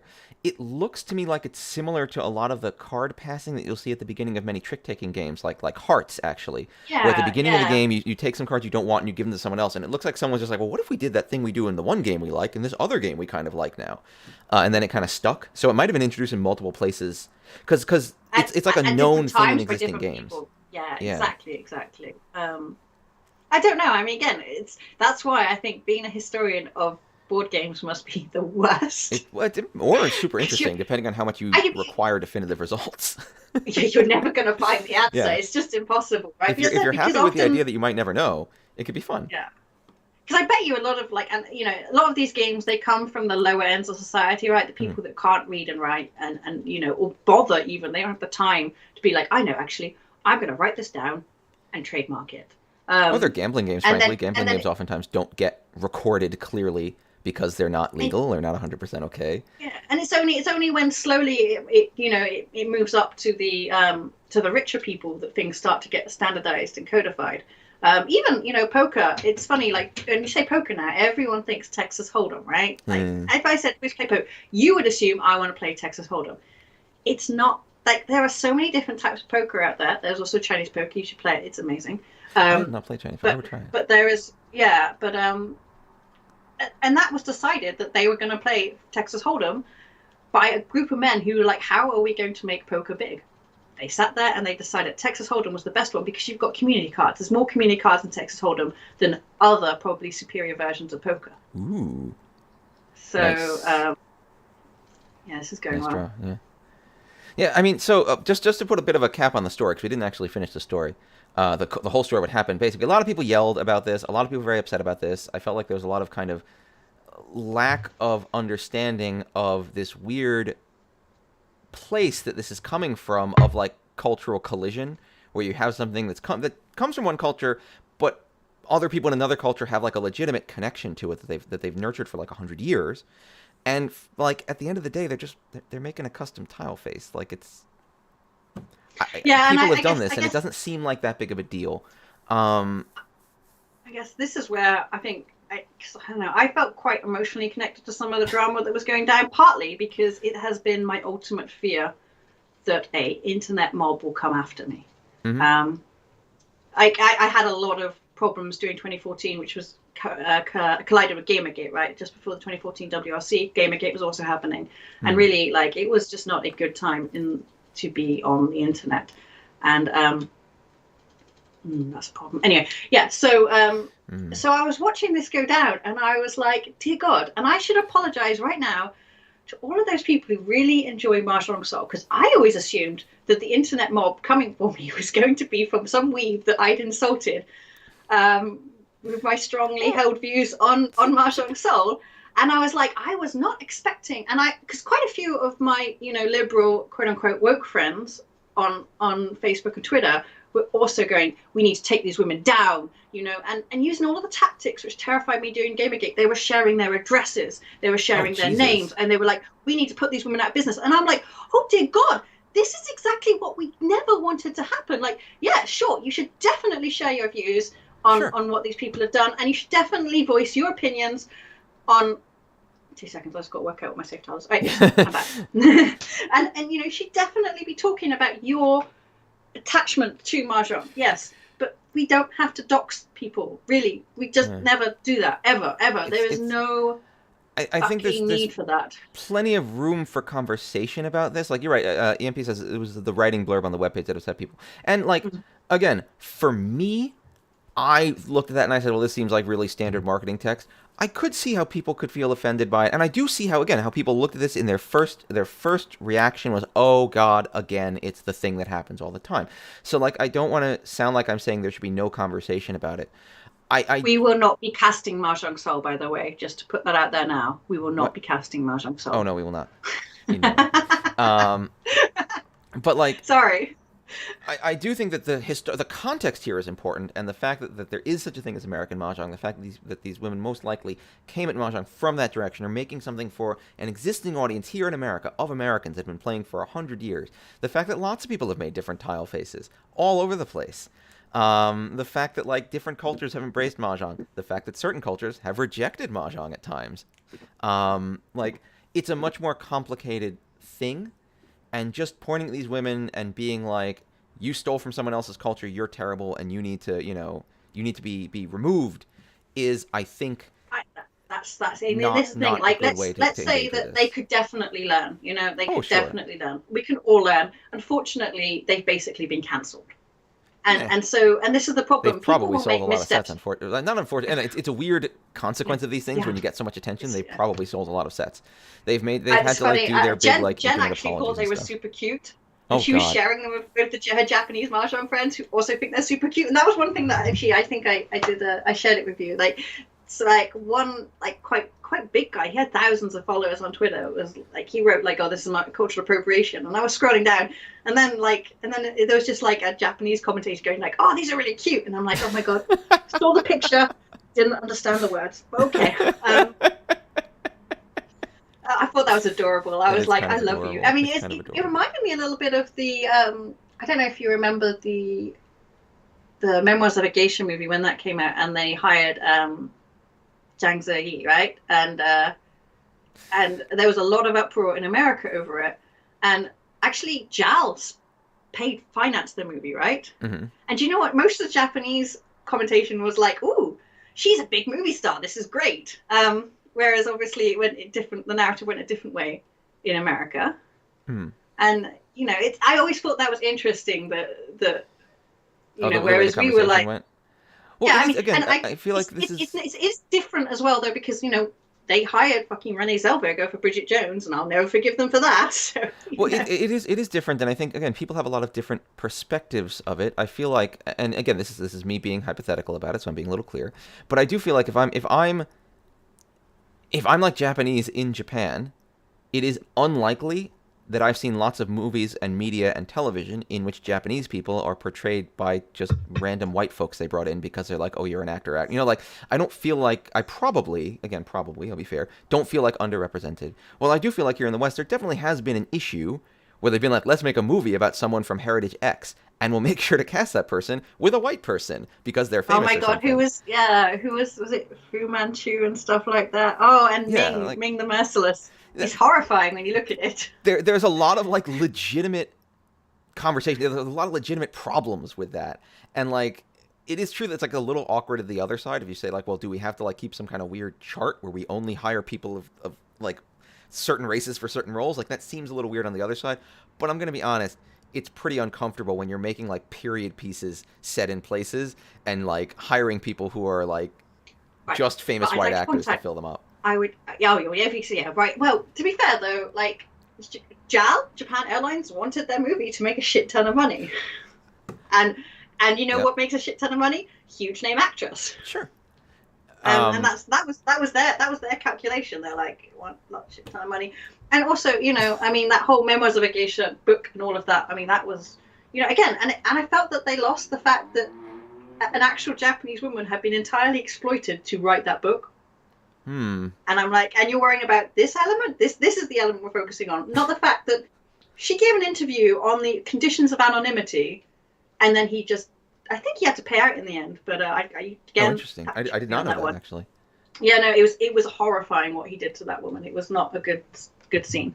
Wow. No, I didn't know that at all. Yeah, the Ghost in the Shell stuff, I don't remember. I don't know. I didn't really pay attention. It was another thing that they cast a white actress as the lead actress in Ghost in the Shell, which is another thing where it's like, there's lots of different things you can say about that in terms of how you might feel, but like... But we all agree that the actor in House did an amazing job, so... In what? What's his name? Oh my God, I've forgotten his name. He's a famous British actor, and he's in House. Oh, Hugh Laurie? Yes, and he pretends to be American, and then... I can't believe you would do that.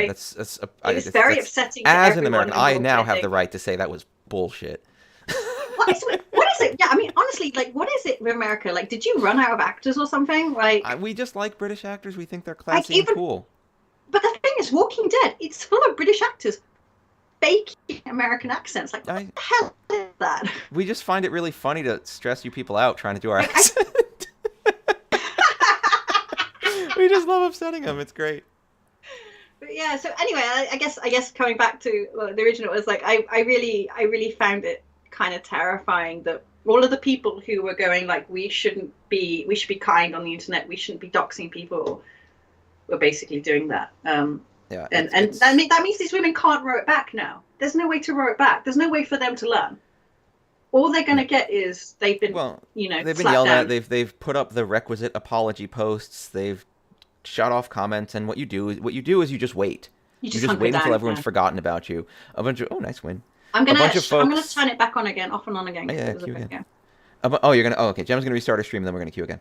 But a bunch of people wrote little news articles about it, so they could write about the Wait, latest Twitter controversy. okay, and also that journalism was shockingly shit. When you say that they Yes. wrote news articles, what they did was they embedded some tweets and then put some sentences in to connect them. Yes. And I was like, wow, if that's what journalism is, we were doing way too much work for Reach a Reporter. Way too much. I didn't realize Oh, we yeah. could just You were. You for sure were. falling. I mean, everyone makes mistakes, but like I don't I don't think making a custom tile set is a mistake. I think if there was a mistake made, like fundamentally making a Mahjong set with tile faces that you want on the tiles, I don't think I can call that something no one's allowed to do. I don't think that's okay. I think there might have been some challenge in the way their marketing agency wrote about it, which maybe might not have been the best. I think a lot of people might have had some very legitimate feelings about it, and I don't want you're allowed to have feelings about stuff. People might have a lot of different feelings. That's fine, and I'm not going to tell people that's not fine. But I think the reaction really spiraled out of control. And also, we will all make missteps. We will all make mistakes at some point, and the fact that you can't write back from them is a terrifying idea to me. I mean, it concerns me that now the conversation about cultural appropriation will now immediately come to Mahjong line. These three ladies in Texas, because there is cultural appropriation for sure. Things that I would say are more legitimately cultural appropriation and problematic happening in the European Mahjong scene that I have on occasion called out. And now, no one can now call those out without being reminded of the time that Twitter tried to dox some ladies.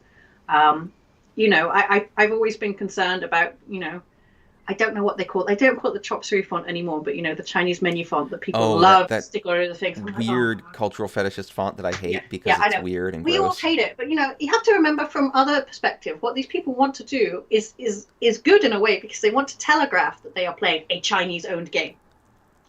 And because they live in their own little bubble, they're like, okay, this is how we telegraph something Chinese is happening. Because, if I go to the Chinese restaurant down the road, which is solely operated by Chinese people, they are also using the Chinese menu font. Because they want with all these things, right? Because they want to telegraph that I'm going to go buy Chinese food, right? They want me to know that Chinese food is here, and it's legitimate. So they're doing all those things, and so that's the problem. Is that now it's kind of. And you know what? Some of us are always going to make a mistake. We are going to make a mistake. I'm going to say the wrong thing, and I'm going to do. I live in my. As I said, I am the whitest of the white. I get to choose who the other white people are. I live in a massive privilege land, and I am going to make mistakes because I just haven't got the knowledge that other people have. And I hope that when I make those mistakes, people can explain to me kindly and help me get back on the right path, not cancel me. That's my fear. Is that when I make that inevitable mistake, because I will. Someone is going to cancel me, and that would be really sad for me because I really love this community and I think I can contribute a lot. But I will make a horrible, terrifying cultural appropriation mistake at some point. And Dave has slapped me down in the past about about misspoken words about or like ignorance about Jewish culture, for example. But I like we talk, that. It's a dialogue, right? We do things, we say things, we understand. And I've had people call me out before, and I appreciate that, and I think that that's exactly what should happen because, as I said, I can't know everything in this life, right? God, I used to play with cowboys and Indians when I was a child because no one knew any better, right? No one knew any better. Well, and now I look back and I'm like, oh my God, what the hell was anyone thinking? But this is something that I try to tell people that they don't always like hearing, but it's important is like, we live in a society, haha. But like we only live in the context of now, right? And so I believe right now a lot of things that the people of the now think are good things. I think that, equality is great. I think that different cultures should be respected. I think all of these things, right? But it's very possible, in fact, I'd say it's probable that 100 years from now, maybe even 50 years from now, some of the things that I believe will be seen as bad, gross, outdated, no longer good. I look forward to that time. Like, think the world will change. Oh, I'm looking forward to it. I don't want the world to be. I certainly don't want the world to look anything like 2020 and 2021 did. That's true. We can let the world change at all at this point. But like, and so it's like as much as you can look back at people still believing things of the past and say that those things are wrong, and as much as those things might now be wrong, and that's okay. Like, you have to have a little bit of like, I guess, respect for the fact that we live.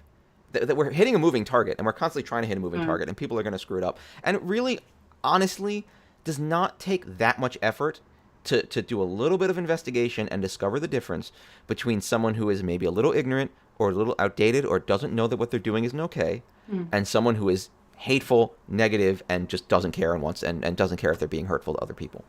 Like the smallest bit of engagement and investigation can make that pretty plain.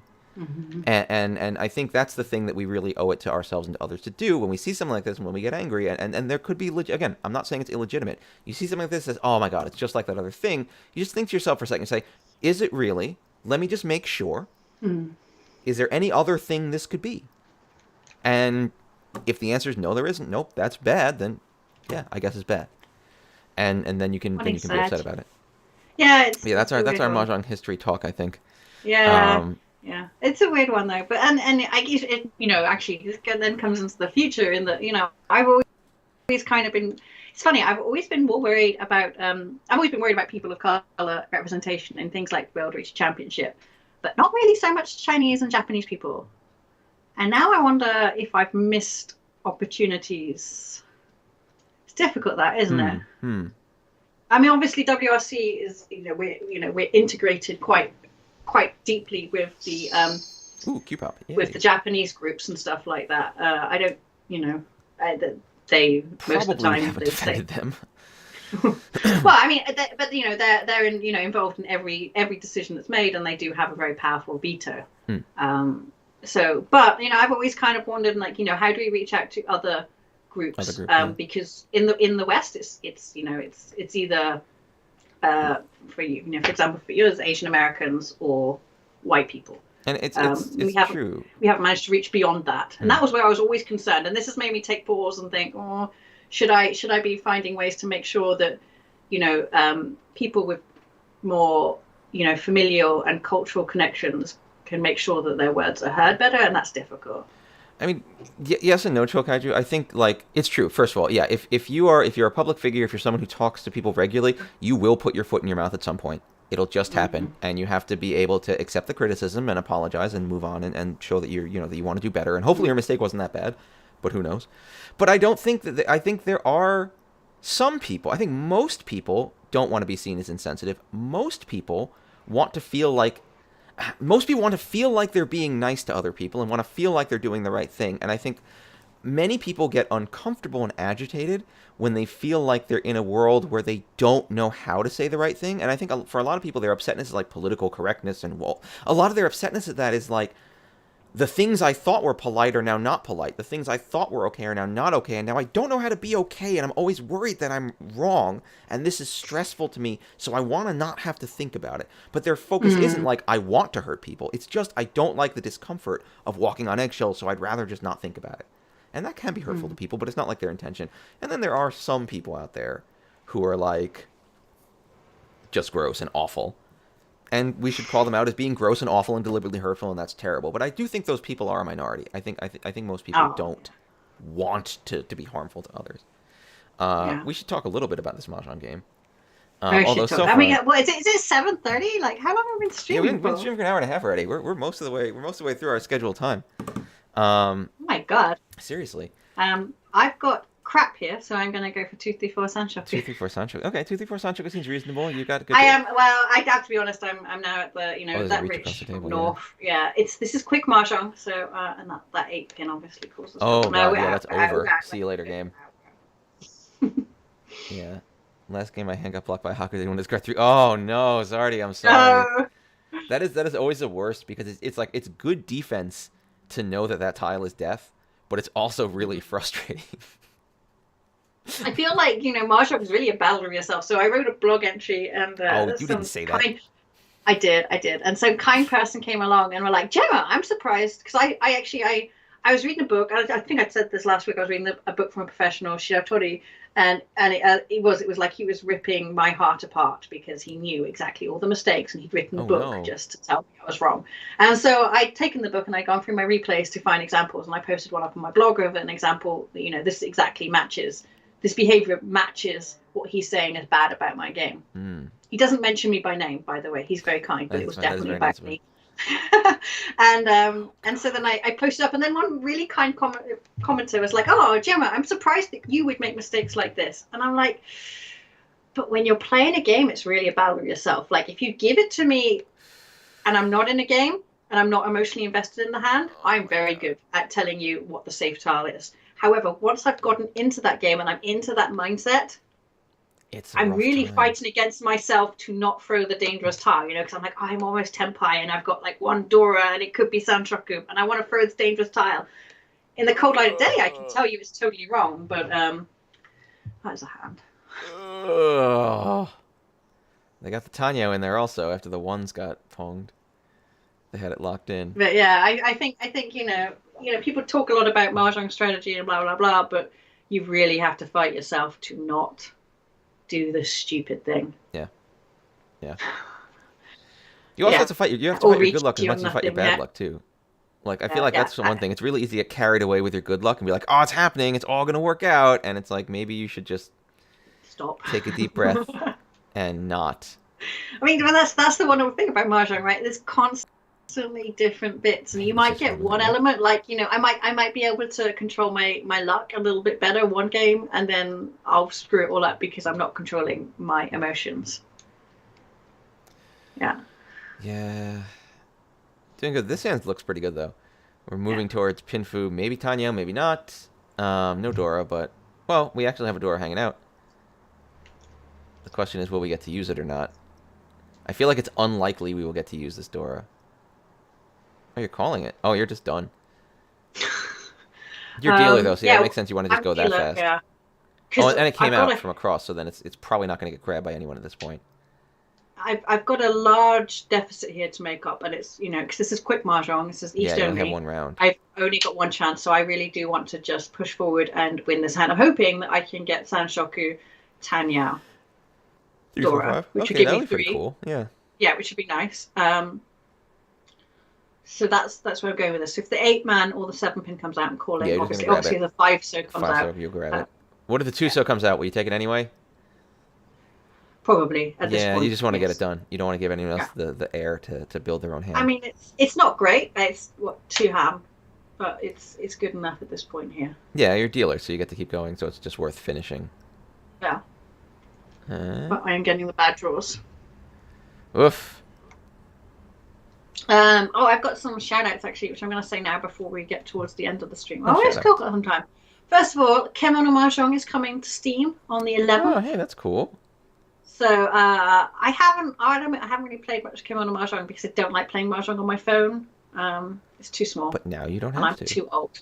But now I can play it on my computer. So I don't think they put a price up on Steam yet. But he's they're an independent developer as well. They're an indie setup. So small shop. You should definitely support them. Ooh. And if you have ever thought about fancying whether you might fancy a bear or a tiger or whatever else, then that's the game for you. Oh my god. But well, second place is actually within your grasp right now if you're careful with these Dora that you just got because you're magic. Yeah, I've got it wishlisted as well. Otherwise, I'm definitely going to pick it up and try it.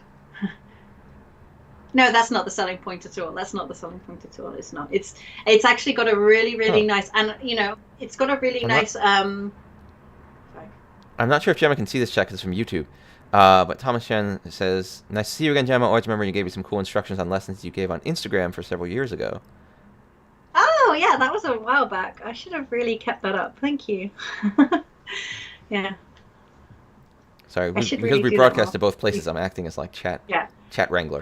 It's got a really nice beginner tutorial. Exactly. Thank you for that. That's kind of where I was going. So if you are a phone player, then Kemono's great. If you want to help someone, if they're a beginner player and they want to learn, don't send them to Final Fantasy 14. The tutorials here are not helpful. No, but the Kemono Mahjong tutorials are really, really good. I'm not sure how they compare to the Mahjong Soul tutorials because I haven't done the Mahjong Soul tutorials. But I hear the Mahjong Soul tutorials are pretty good too. But I'm not sure which one's better. The blasted sun is in my face. I'm glowing now. Speaking of Mahjong Soul, and just because I'm going to report it for newsworthiness, the what's her name? The Saki character is now in Mahjong Soul. I understand. So. Oh, okay. I don't know who that is. If that's your poison, that's what's going on right now. Ah, bollocks. Oh no. Oh no. Yeah. Nothing is I good know. now. Ugh, nothing is good. Well, you could go Cheetoysville. I thought she was an MJS. Well, they tweeted it. They tweeted it. I assumed that meant. I noticed, and you know what did make me chuckle a little bit about that is that so all of the other characters, all of the native Mahjong Soul characters, they have a huge explanation text, introduction, background text in Japanese, and then when it comes to English, it's like one line, like "I'm a girl" or "I like Mahjong" or whatever else. But the Japanese one's huge. But obviously, whoever operates the Saki brand was like, "Oh no, you ain't reducing these people Yeah, to you gotta write a one-liners lot and of like a things. huge paragraph." Yeah, I miss Seigen at yeah. MJ. I like Seigen at MJ. So what are you doing? What are you doing to fold here? I feel like the Chun is safe now. You can actually throw the Chun. It's come out. Yeah. But like now you're in a weird I have to be spot. honest. Well, actually I no, have to you're be Ishan honest. 10 in a weird way. But I don't know if you want to be Ishan 10 at this point. Yeah, I was kind of dancing around it, hoping that maybe because I've got two Dora. Yeah. Oh God. Why would you But I don't con? think this one's worth it. Oh, that con is uncomfortable for I Dave. managed to get Ishan 10 again. And of course, yes, Saki has been in Sega Mahjong, but we like Sega Mahjong. The 5 so came out. Okay, that's good. Oh. Well, could be worse. So that puts me in almost second. Not really almost, but the last You're one. what, 7,000 away from second? Yeah. And not 12,000 away from first. Hanuman Sumo will do it. But I think you should all play Kimono Mahjong over Mahjong Soul. You should definitely do. Kimono Mahjong. That's pretty right. Pretty right. Would do. I'm thinking, yeah, just get it. Just do a Hanuman Sumo. Quick. Let's do it. Just do it. Just do it now. Hanuman Sumo. Hanuman Sumo. If you do that, you will win. It's everything you need. Look at you making it happen already. You're doing it. Every draw you get, every little draw she gets is magic. That's what they say. It's a long road to Mangan with this. It is a long road, but it's a road that I believe Gemma could walk with a 789 Sanchoku that she just screwed up. I know. I was just about to say that. Yeah. Don't worry, just pull a Dave and redraw the 9. That's my secret. Is that whenever I No, screw things I up, mean I the just draw thing it is again though, later. if I get the 5 bamboo, that's what I want. The 5 bamboo. There you go. I feel like any game is better when you have friends to play it with. Like everything's more fun. Okay, you can still have the 5. Okay, so now you have the 258 weight, which is pretty sick. That is sweet. Yeah, I agree entirely, Chia. And yeah, it's we need friends in this world, especially nowadays. I don't need friends. Maybe that's why I got scared as well of this whole Mahjong line thing. I was like, do you know what? Last time in 2014, when I got a lot of horrible backlash for existing, like I did just turn off Twitter and turn off the internet, and I was like, it's fine. I'm just gonna go out and drink with my friends because bullies like that I'm really just get good at bored. drinking with my friends. However, in the pandemic, I really need the internet. Like, if I got cancelled off the internet in this, what do I do? Yeah. I don't know. I don't think we should cancel people. Oh. Am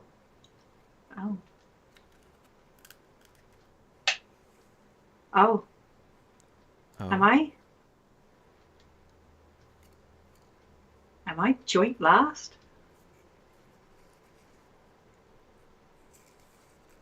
Oh, it gave you third for what? For seating?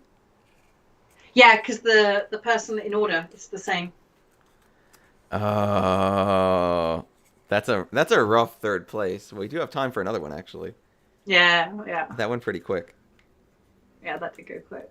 That was tough times. C priorities. Coming down to C priorities, a little rough. Oh my god. Ugh. As I look at. So Dave, we've talked about history of Mahjong. Has your family ever played Mahjong? No, actually, Mahjong. Did they ever go to the Catskills? I think I asked you this before. I think my grandmother went to the Catskills. I think she might have played Mahjong a little bit, but it wasn't really a big part of her personal life. Because they play Mahjong in Seinfeld, I know, because I've been watching Seinfeld. Wow, that's you know that's really just a stereotype. A lot of Jewish stereotypes in Seinfeld. It's really hurtful to hear you, and that's not. It's not at all. But it was funny, like again, like a lot of people talking about, and I'm like, wow, there are lots of references to American Mahjong rules. Is it Seinfeld? Mrs. Maisel, Marvelous Mrs. Maisel recently. Mrs. Maisel's like about going to the Catskills. Well, no, the second season's about going to the Catskills. The first season is about her running around in her underwear in the streets and getting in trouble with the police. Is It's that actually quite a the funny whole show. season? Not the whole season, but she gets divorced in the first season, right? So, she's going through like, the mental traumas or whatever of divorce. And then she never looks after her children. It's really weird. I never see the children. But yeah, in the second season, she goes to the Catskills at one point. Oh, that's exciting. It's a beautifully filmed show. It's on Amazon Prime if people do want to watch it. But yeah, Mahjong is in the Catskills locations. Doesn't really come across very well because the woman who's playing it is the sort of cruder lady, and also she's gambling like large sums of money. No. So the antagonist doesn't play because she's an elegant lady, and the ladies who are playing are kind of come across as the ladies who are staying up too late and aren't the beautiful ones. They're not the beautiful women, and they're gambling lots of money and stuff. So they sound pretty cool. Yeah, there's a lot of classism, I think, in Mrs. Maisel, because I think her dad is a professor at the university, and then the ones that they look down on are her husband's parents, and they run like a clothes factory or something. And I'm like, wow, there's a lot of classism in this, and then as part of the lower class element, they are playing Mahjong. Yeah, but then that's that's an interesting problem with I was thinking this today actually, that there are lots of people who've tried to get more authentic voices about Mahjong into the work that they've been doing. I think Jamie and Masters of Mahjong, obviously it's postponed at the moment because of coronavirus, but he went to America and he attempted to get introduced to like a group of Chinese people who were playing Mahjong, and they were like, no. You're not coming in. You're not doing this. Yeah. I think Benjamin Boas, because he actually got a Fulbright scholarship to study Mahjong in Japan, and he had doors slammed in his face, or people just saying, this place is not for you. This is not your space. And just saying, no, you can't come in. And I think that's part of the problem is that, Mahjong is treated as if it was, a gangster game, a gambling game. It's not a game that good children play, right? And so it's sometimes difficult to get, and that's partly why the history of Mahjong is so complicated, because people don't talk about the thing which is looked down upon, right? Yeah. So when I was working at Nintendo, and then they found out I played Mahjong, I remember my boss's face. He was like, Gemma, you play Mahjong? I'm like, yeah. He said, I thought you were a good girl. I thought you were a good girl. And I was like, oh, and then definitely there was like negative kind of pushback that people would play Mahjong. And that's always difficult.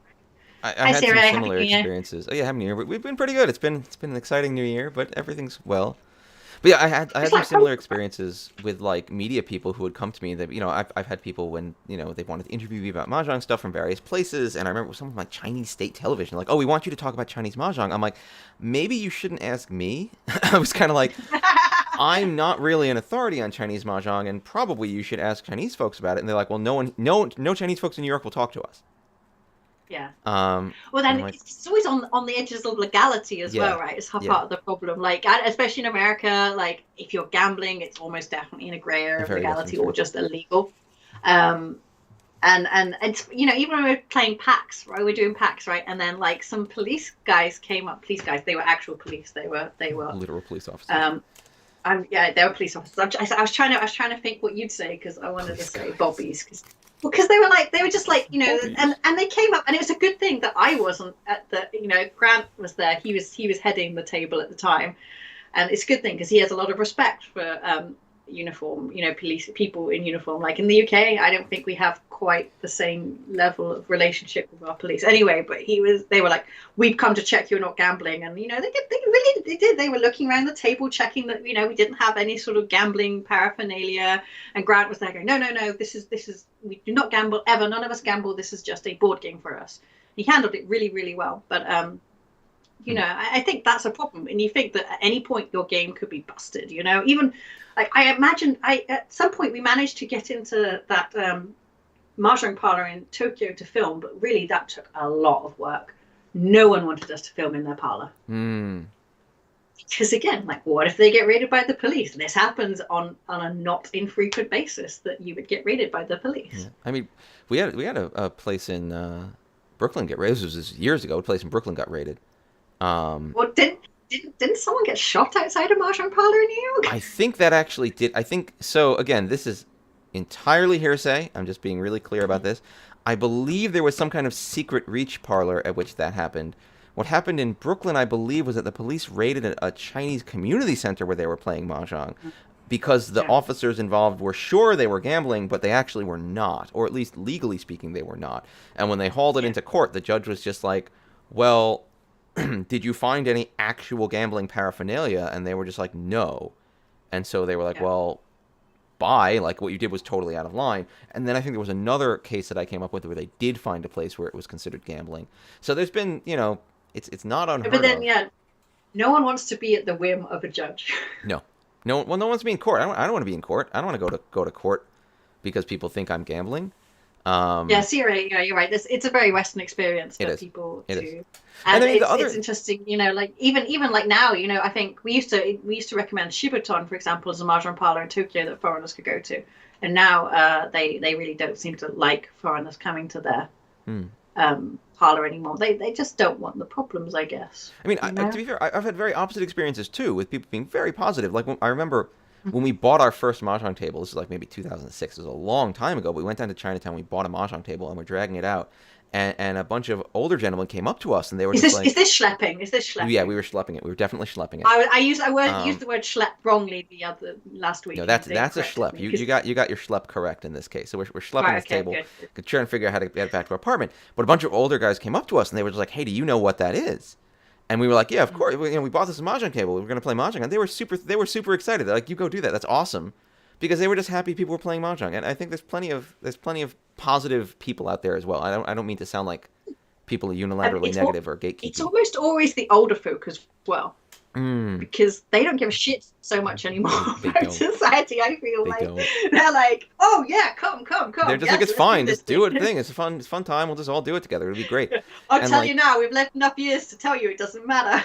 yeah, a lot of good chunks of the Japanese mahjong community, Japanese community here in New York has been super positive of playing mahjong. Like, there's lots of people who are just really genuinely psyched to be like, yeah, let's all do the fun thing together. Isn't it great that everyone wants to do the fun thing? And I think that's a really good attitude. Yeah, but I can understand why some people are like, we don't want to bring extra people into the situation because potentially what we're doing could be picked up by the police. Yep. If they're worried about that, it makes sense that they would be concerned. Yeah. I mean, it'd be a dumbass police department if they were sending a bunch of white people to check on them. Hello, I am interested in your mahjong game. Like, that's gonna be a little, yeah, a little tricky. Yeah, but I don't know, it's difficult, isn't it? It's just difficult. But yeah, definitely, I would say that if you have a family connection and you remember good stuff about playing the game with your, at certain times of the year, stuff like that, you should definitely make sure that voice gets heard. Like I definitely want those voices filling my timeline in Twitter, so that Yeah. and I think those voices have been lost. I think apart from the few times that it kind of pops into view, is things like the Joy Luck Club, where mahjong features heavily in that, and how that has shaped these people's lives and how it's become a feature. So it would be nicer to have that kind of positivity and having people speak about their experiences, and less cancelling people Yeah. for I mean, a that's shitty sentence too. to be totally frank. Like, that's the part that I found a little bit heartbreaking about all of this, is that, like, out of all of this fervor and all of these strong emotions, probably the net result, if you sum it all up, the net result is probably going to be bad for mahjong.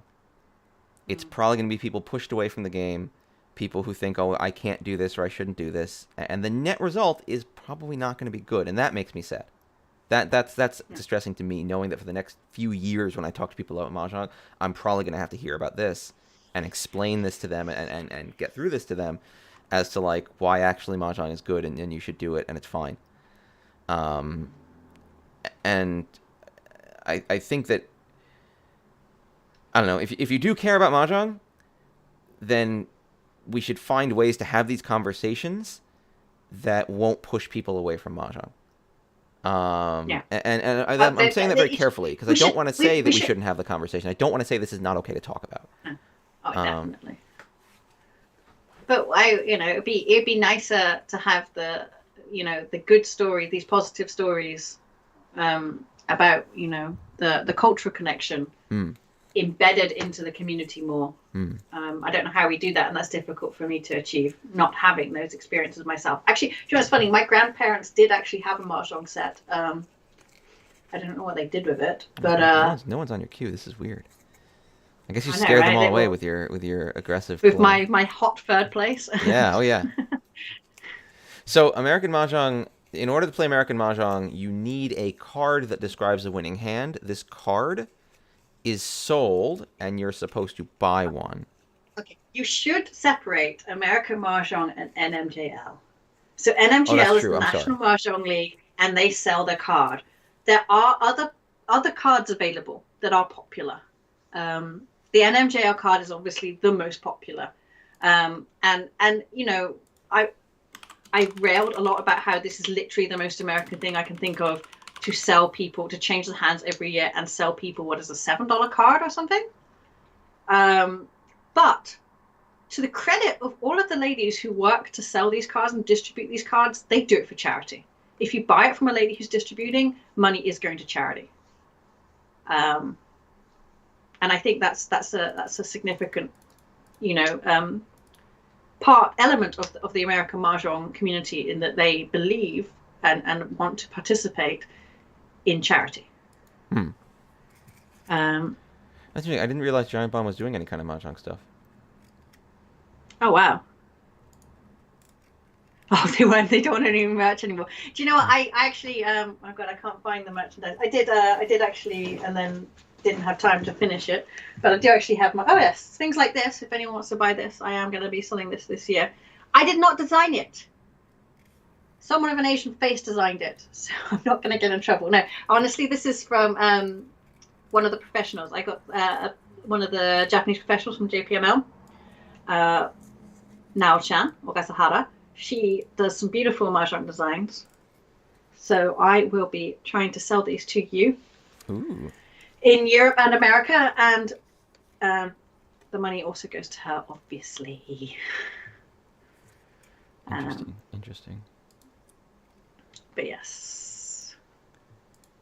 Huh. Yeah, they learned how to play for the past 4 weeks ago. Oh, that's interesting. Yeah, I didn't know they were doing anything about that. That's pretty cool. So I've got to finish it off. But my proto store is on Etsy, but you have to search for it. Oh, let The me find problem it. is, I'll find it again. so the problem is, and I'm asking people just to give me a couple of weeks to wait, is that because of Brexit, the whole tax situation has changed significantly. Now, I couldn't prepare for it because, of course, they didn't sign an agreement until 2 days before they were going to do it.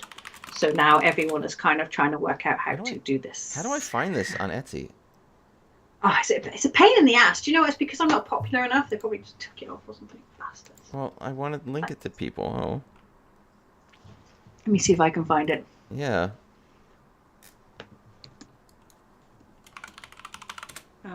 Did you ever link it to me?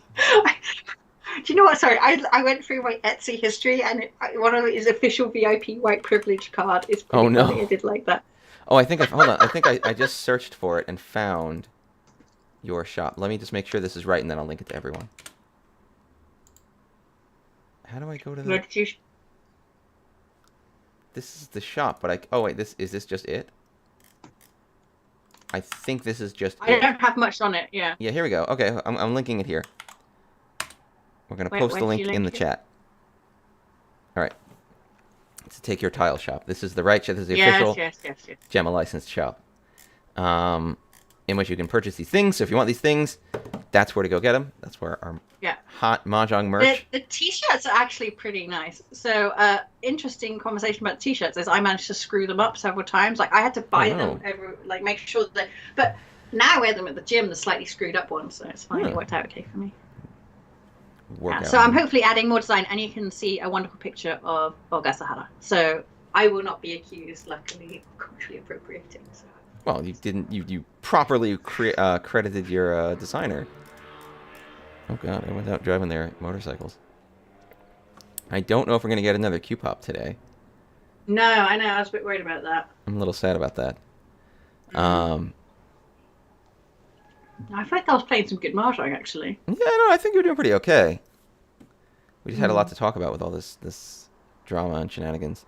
You know what really bugs me a little bit is like after all that stuff, I reached out to some of the reporters who wrote articles about it because I was kind of like, maybe they're interested in like facts or like learning a little more about this or like having a little bit of a deeper understanding of what's going on.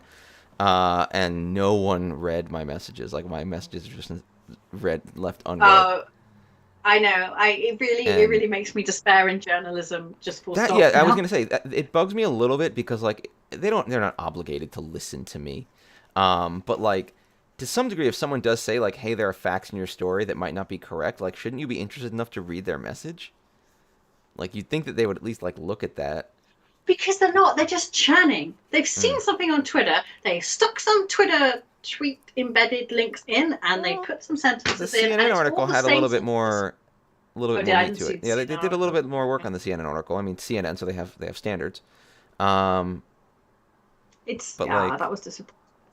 yeah, need more followers. It's true. This is about my favorite. And it's not again. This is not at the point at which I have like a serious. It's not like they've defamed me or something like that where I have a serious issue I need to talk to their editor about because it's like aggressively wrong. But like you'd think that if someone was just like, hey, you'd read their message. But apparently, no one wants DMs from Dave. It's very I'm personal. sorry, I'm Dave. sure it's very personal. They don't want Yeah, to hear from me. I They don't did care. find interesting when they were talking. Every single one of those articles is phrased very similar, and they're like Mahjong dates back to the Qing dynasty, Oh right? yeah, tell us about the Qing Dynasty, And please. You've been very hyped to talk about the so Qing then, Dynasty. like like people are like there on Facebook, and it dates back to the Qing dynasty, and I'm like, the Qing dynasty ended in 1912. Like, I'm not saying you're wrong. The Qing dynasty went on for a hell of a long time. You know what, 300 plus years, or not quite plus years, 300 years, let's say. Anyway, and I'm like, sure, like, but I don't ever say, I don't know, like my controller dates back to World War One. It doesn't sound quite as impressive as Qing dynasty. I did think that some of them were hiding, despite some of these journalists, despite decrying the Orientalism of this set, were then also somehow managing to Orientalize their own article by just saying things like the Qing Dynasty. Qing Dynasty went for a long time. So 1600s to 1918, right? China is it's the oldest culture in the world, guys. China is the oldest culture in the world. Let's remember that. And you know what? Is it Playing literally the cards. oldest? What about some of There's. the like Mesopotamian cultures? Did China I predate know. I Mesopotamian think they. cultures? I think they lasted longer. I think Egyptian culture lasted the longest. Right. That was the longest civilization. But I Hmm. think China is the current, like the oldest in the current. That would make sense to me. Yeah, Yeah. that would make Yeah. sense to me. My birthday's back to the Yeah. last millennium. I It's true. mean, It's true. that's kind Yeah. of what it felt like, right? Yeah. But Yeah. yeah, it's. But the thing is, and it's not just mahjong that came from China. A ton of things came from China. Playing cards came from China. Dominoes came from China. Probably the clothing I've got, like the weaving, came from China. there's been a lot of interesting Maths, reimportation because maths like came from China. yeah, playing cards came Tea, from China. tea. Tea does come from China. But like playing cards then like went back around and Paper got money. reimported into Japan by the Portuguese like hundreds of years later. Like there's all kinds of very interesting like cross pollination. And for the record, not that I think anyone would doubt it, but like Gunpowder, was that Chinese as well? gunpowder Chinese. I'm all for like that makes sense. attributing things to where they came from. I think it's really interesting to learn about how all these different things came from all these different places. I was talking the other day about pepper, how much European food must have just sucked that they were so psyched to get any pepper to put on anything. It was like the most valuable substance they'd ever encountered. Well, we only had salt up to that point, and then, salt's good, but It's it's like, not oh my pepper. god, it's and people just like, holy, I will kill you for that pepper. It's funny, like even potatoes, right? Like potatoes, the most British food I can Didn't they come think to the New of. World? Yes, we didn't have them Yes. until we managed to steal them from the Americas. Take that. But then rice made it from Asia also over to like South America and all kinds of other places for whom rice is now a staple food. But I believe rice came from. Really, I did I not know that. believe again. These are all things I could be wrong about. I don't want to. Yeah, I mean, what you do is, It's all. But there's been it's so much difficult. It's sharing. difficult for people to stop taking good things. And again, one of the things Noodles. that's so interesting is that we like froze time at this weird point because like before a certain point in time, everyone was super hype about the newest imported food. And then after a certain point in time, everyone starts being really hype about the food that was what they were eating at that moment. Again, like it's like a tomato sauce in Italy. Whereas like tomatoes are not native to Italy. If you go back through history, what they were eating in Italy was definitely not tomato sauce and stuff until such a time as the tomato was brought in. And then when the tomato was brought in, they were like, oh my god, tomatoes, these are awesome. Let's make all our food out of it. Now we're like, traditional Italian food is made with tomatoes and tomato sauce. And it's like, well, there is definitely a tradition there now. But if you go back like thousands of years, it wasn't there. So they must have eaten something else first. I will make one cruel comment about the person who started all of this cancelling of these three ladies. She's a yoga teacher, an American-born yoga teacher. And I was like, should you be throwing the cultural appropriation stone in your glass house? Yoga. I mean, I love yoga, and I think everyone should be allowed to do yoga. I do yoga. I do Pilates and yoga. It's just, I found it awkward that was the thing.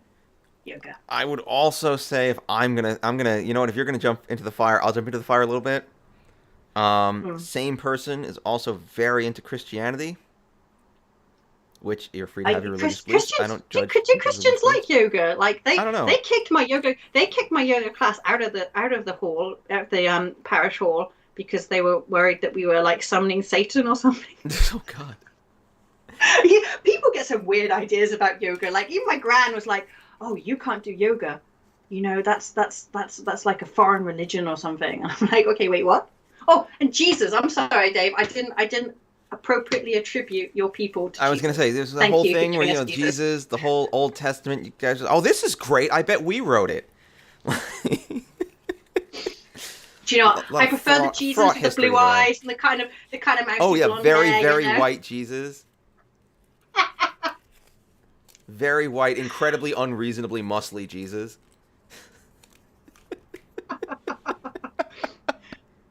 You know, a good friend of mine was just reading about an interesting case. This is totally apropos, but we're pretty much at time, so I'm just going to BS a little bit. A good friend of mine was reading about this interesting case in Scotland, apparently, where some guy, like, was blaspheming. It was, like, in the 1600s. It was the last case of blasphemy ever tried in the UK.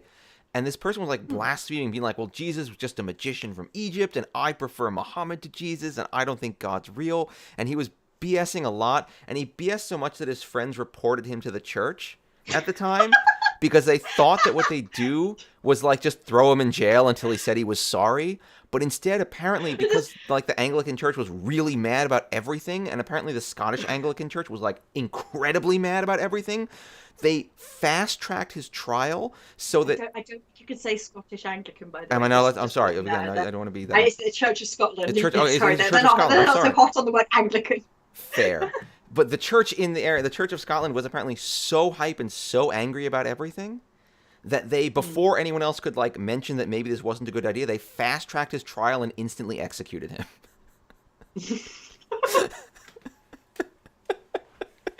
That sounds like what you're like your friends, you're in the pub and you're like, I wish you just shut the fuck up. Like let's just tell the church and they will throw him in jail and he will stop with this BS. And the church's like, oh, good, you are dead. And they did it. Apparently, they did it really quickly because the rest of the organized church, if they like got wind of it, would have been like, you know, the first warning for blasphemy is usually like a stern talking to, and you usually wait until they keep doing it and they're like, dead.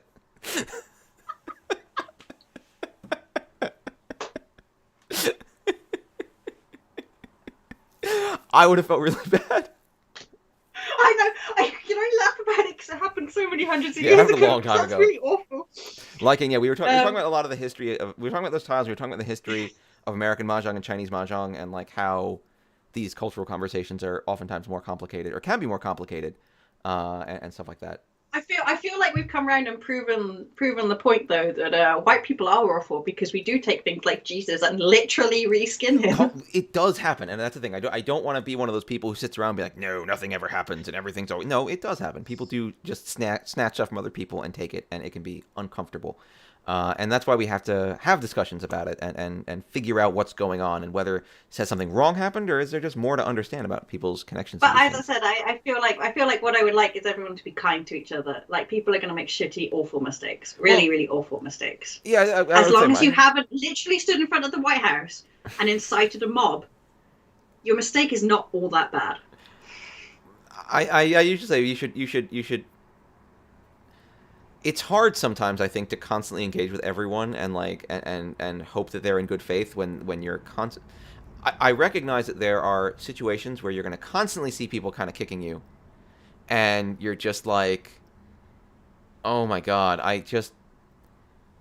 I'm tired of having to say, oh, you kicked me, but I know you didn't mean, you didn't mean any harm, so I guess it's okay. Like, I get it. I get that that can be a very frustrating position to be in. That's exhausting. And so I recognize that, but it's just like, I feel like there has to be some.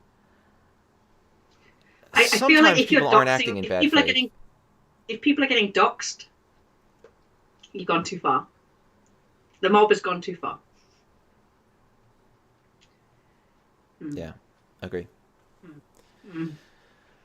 And you have to let people row back their mistakes. I don't know. Maybe this comes from that Anglican church background. Inevitably, all people my I'm sorry, generation Church of have. Scotland. I genuinely apologize. I did not mean to mislabel you. That's right. And because in America, it's just Anglican church, right? It's a whole little like sector So- of its own in Christianity, right? There is not a but for us, copyright. I think there's a copyright. So I believe the NMJL has a Yes, there card is. copyrighted, and the term Mahjong, MAH-JONGG, is copyrighted. Yes. But like overall, you Actually- can't copyright the rules of a game. Yes, but that doesn't stop Americans from trying. Heh. It's funny. Like I actually got really angry. This happened a little while back now, but Reach Mahjong Central. It's operated by Kenji, and he's a really cool guy. And he managed to get International Mahjong Day put on the calendar of whatever international days goes on. I don't really pay attention to those things. Sorry, so I can't give you the details of how you go about and get your day certified as an international day for such and such. He went and did that, and I kid you not, within weeks, some American had copyrighted International Mahjong Day as a phrase. Wow. And I was like, what the is wrong with you people? Like, sorry, America, that is fucked up. Like, there's no way I would be able to pass that as a Opportunity trademark in cost. Europe. It's Someone opportunity tell cost. I me. mean, I don't think it's right, but I feel like it's opportunity cost. It's like if I spend $500 for my lawyer today, and this international day becomes important or valuable, I just made a ton of money. Otherwise, I just spent $500. And if you are a business that's in the business of making sure you don't miss out on things, that's fine. Because for every 50 of those you do, if one of them hits it out of the park, you make it. Yeah. So for game rules, basically, I can copyright the expression of the rules. I can't copyright the actual rules themselves. That's interesting. So There were some lawsuits about that around Magic the Gathering. Actually, there were some games that appeared, some card type games that used very similar rules, and they were able to win against some of them. And I think it was about using very similar phrasing and terminology, and that was a lot of what they were able to bump. Yeah, because the expression then has been, Yeah. has been taken. Also, Magic the Gathering is a much more recent game, and you could argue that those people had managed to push into their commercial area. However, for Mahjong, as we've just discussed to long length, it is a Chinese cultural item. It's not something that can be controlled by one group, and it's not something that is, it's not a commercial market that someone has created. It belongs to the culture. Yeah. Someone attempted to patent. Oh my god. So I just did a patent search for Mahjong, and in 2013, a person attempted to patent a Mahjong set. But this is a Mahjong set. Oh my god, you're cute. We're gonna go long? It's quick. It's quick. We owe the people a game. We owe the I'm people a doing game. it. But this Yeah, is a we owe the Mahjong people a set made game. of spherical tiles? Oh my god. This says That sounds like that. each Mahjong tile set has multiple Mahjong tiles respectively have a different pattern and surface character. Each Mahjong tile is spherical. When playing a Mahjong match using the Mahjong game set, each player selects a Mahjong tile and throws the selected Mahjong tile hard into the concave surface of the table. The spherical mahjong tile rolls in the concave surface and does not slip out of the tabletop. The players get sufficient exercise by throwing the mahjong tiles. Sufficient exercise. That's hell. This is genius. I'm coming back in a second. Sorry, I turned off phone again. Yeah, do you know what? Actually, funny true story from the European Mahjong Association. Someone somewhere managed to trademark international mahjong rules as a phrase. They managed to trademark that, right? And I don't know, I guess. And so anytime anyone used the word international and mahjong near each other, he would send them a cease and desist letter. And he would repeatedly send cease and desist letters to the European Mahjong Association to say, you cannot use the words international and mahjong together. And the European Mahjong Association repeatedly ignored these letters and nothing happened. Because it's bullshit. Here's an approved patent application for noise prevention mahjong tiles. Well, that you could patent. Well, they did. It was granted in 2003. That you could patent. There's definitely lots of things you can. A mahjong table with an electric blanket and massagers for your feet was patented. I don't know how well that one would stand up to scrutiny. That's the thing. You can put anything in. It's about whether you can defend it. Defend it. Right? Hold on. What is this? Like, did you just win I would say already? that anyone... Yeah, I did just win. I'm sorry. You're the first discard reach. It's basically a kotatsu with a foot massager, but it's patented in America now. Yeah, you see, I would say, and that's the problem, I don't think that they really scrutinized American Patent Office well enough, because I would say if you were to argue that, you would win. Oh my god, what is this? If you're a little person, you can't argue it, right? Because you haven't got the money. Dora 3? Chundora 3, Gemma, what are you doing? Why are you cheating? I want to make sure to talk a little bit about Mahjong. Yeah, the spherical Mahjong, I need to look into that, because it's really... I'm gonna, maybe I'll do this. Maybe I'll do some research for next stream, and I'll go through some of these patents and find some interesting ones that we can talk about. Talking about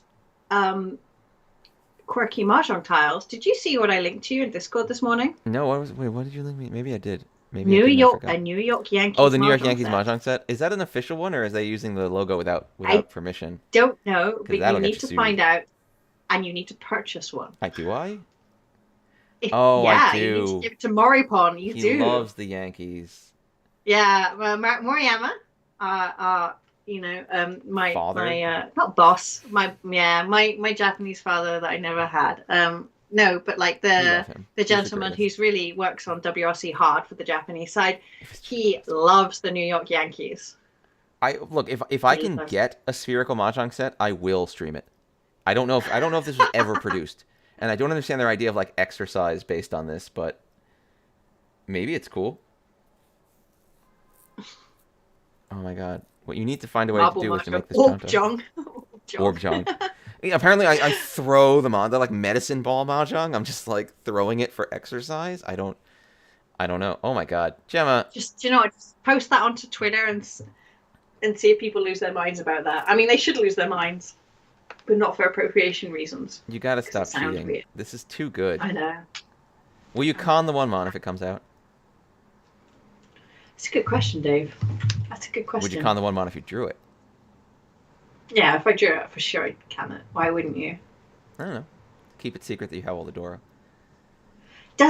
Canning doesn't get me up. Does it now?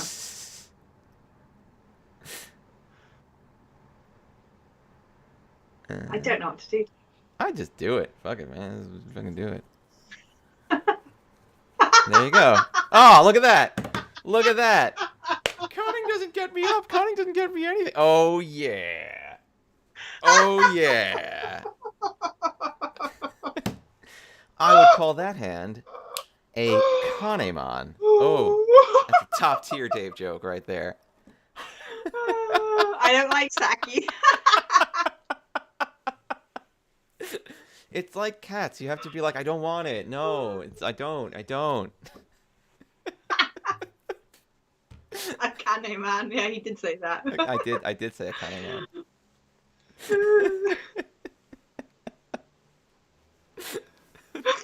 That was pretty lewd. Yeah. That was gross. Only I am allowed to do stuff like that, not you. God. Zadi made a good strategy point there that you would be more cautious if you saw Chin Dora on the table. Fortunately, Yes. I had my special draw skills today, so Oh, I didn't yes. have to worry about what other people thought about me. Jesus. Oh, your stream keeps pausing. It makes me sad. Actually, that was a problem with the connection to Final Fantasy. Then I couldn't actually connect. Oh, that's Is that a weird. problem? Like, I think one of the people on our guild was complaining about massive lag as well Wait, for the there's a day. low latency toggle. Am I not? Oh, low latency is on. Let's turn No, it I'm off. losing.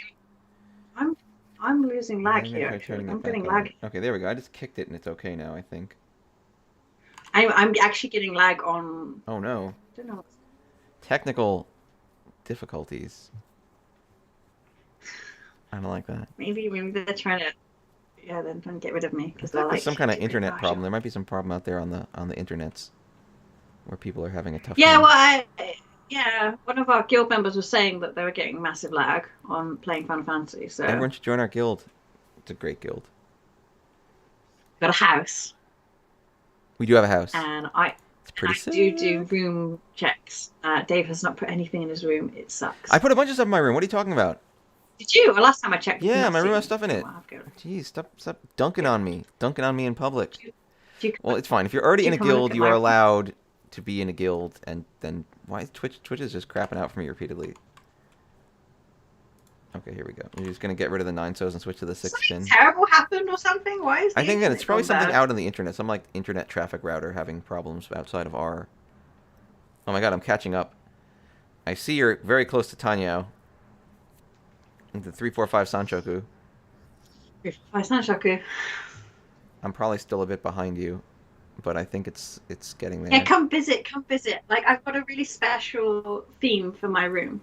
It's It's true. like Her room is just life. I'm gonna just refresh the page. I'm gonna switch off low latency yeah, because Twitch here is okay for me, but and then switch on low latency. There was a network. Oh my god. I'm just gonna reset everything and maybe it'll just reconnect. Wow, no, Twitch is just dead. There was a network error. oh wow. For those who wanted to know, Here we I go. We're live I again, got so maybe whatever they did I got failed. a 2 pin. I got a 2 pin. Oh, so you won Five Tanyao. Nothing that exciting. Tanya. Yeah, Tanya Tudor. Tudor. It Tanya might be Tudor. something. Oh, nice. It might be something in my network neighborhood. Remember when network neighborhood was on your computer? Oh yeah. What the hell was that? Yeah, that was way back in the day. Oh well, we're from the days of dial-up, man. So I remember that. and yelling at my mom to get off the phone Get off so the I phone, could Mom. I have to be on the get on the internet. internet. I want to be on the I internet. have to download I need to talk to pictures my of MSN Jonathan friends. Taylor And then Thomas. like, do you remember? Like I don't know, maybe you were not probably as sad as me, but I used to like log on and off repeatedly so that people would notice me because that was the kind I of have never trash done. thing I That's did. really sad. That's like the That's saddest really thing. sad. Thank you for following Lalafell Whitest. No, Lalafell Whitestorm. Thank you. My thing is the wrong way. I need to make it bigger. How do I make it bigger? Can I make it bigger like this? Lalafell Whitestorm. I'm making it a little I bigger. don't get the zombie. I don't get the zombie logo. What's that about? It's just the default from the thing. I need to like upgrade it and make it cooler looking so that people see a cooler logo for us. See, EMP remembers. People Yeah, I doing must that. admit, Yeah. I never logged off and logged on repeatedly to try to get attention. That was never my jam. Look, okay, I went to an all-girls school. I didn't get much attention from boys, and that was the only thing I got no could do, attention from okay? boys. I got to be honest. wasn't my thing. South's got 3 Dora though, so I'd be watching out. Yeah, I am happy to fold this on East 3. I am doing nice here. I will play with it a little bit longer. Yeah, I was gonna say because I like do that's a have little less. good. If you get the 5 so you got something worth doing. But I like wouldn't reach it though. no, I wouldn't just reach probably it. just dom it and hang out and feel good about my life. Yeah, lyrics AFK Messenger. Yeah, I'm a little too old for emo though. Just a little too old for emo. Emo came after me. Yeah, I did see it coming up behind me, and I was like, "You're not doing it right." I keep kind of wanting to make my own chat service. I keep thinking it would just be better, like that I could just do it better than all these other chat services that always turn everything they do into like some kind of weird abomination. Because they got to make money, man. Well, maybe I won't care. No, I'll super care. But like, Yeah, I was about to say, oh, you're getting sure? I don't know. I just feel like every chat service just doesn't do what I want. I'm always just like, ugh, do what I want, and it's like no, and I'm like, ugh. What no one wants is But no one wants. more fucking messenger services. You know, why don't you just make your own Twitter? I mean, this is what we are like now. Well, the problem is like Twitter's now just a weird messenger service that works in a way that no one really likes. Like I don't understand how like Twitter just seems like a very strange bundle of functionality that doesn't really do much of what people want. What do you want? I mean, I don't understand what people want from it. I've got to be honest. So people are like, oh, it's just not going the way. I'm For like, what did me, you want? the most important thing I want. Ooh, okay, no, that's it already. The most important thing I want out of a messenger service is like prioritization. I want to make sure I can tell when a message that matters to me has arrived. And I want to be, and this might be what no one wants, but what I want is like a good way to customize and make sure that I only see the things that I want to see when I want to see it. Okay, but they don't want to do that because they want to make money by selling you stuff. But I don't think that's against what they want. Like, for example, Slack. Like, Right. I use Slack at work. Slack is like the primary way that we engage with each other at work at this point, given the pandemic. My company pays for Slack. So I'm paid for. I'm already in, right? They're paying for me. If they made their client more usable to me, I'd be much happier with it. And I'd be much more of an advocate for like using it more. So like I feel like it doesn't necessarily go against the grain. You're right, like when I'm a user of a random free product like Discord.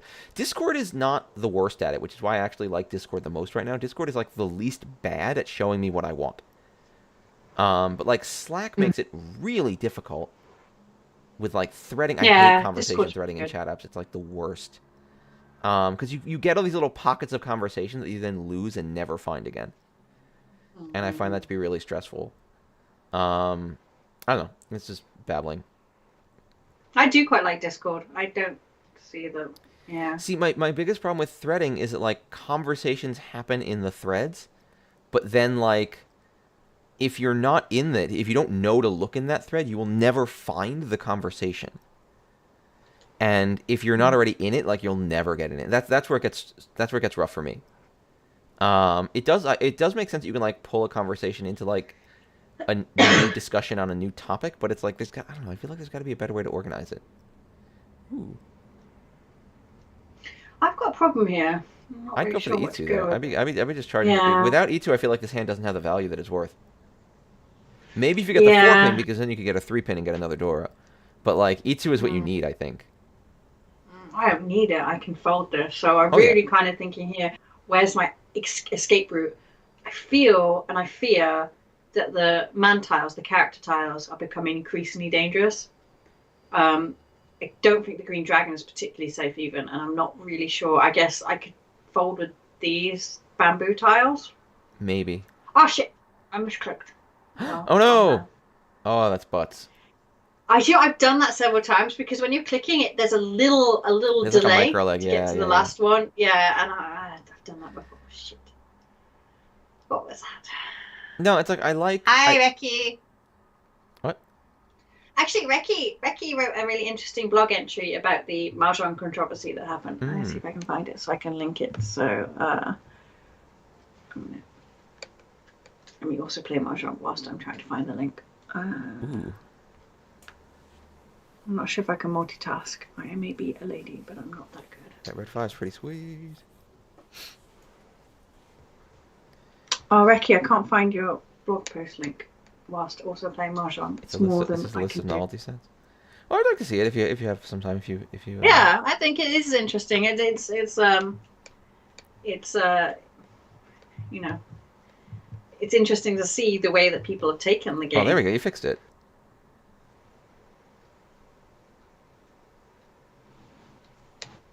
But yeah, anyway, Reki runs a blog and you should read it anyway. Reki's cool and awesome. And there's also a Final Fantasy. There's the other shout out. There's also a Final Fantasy 14 Mahjong tournament happening. Yes. In February. Yes. On the Valentine's weekend. So. That's oh no, I might not be able to make it then. I know. You've got so many people to meet that time, don't you? No, that might be right when I'm gonna be in transit. What?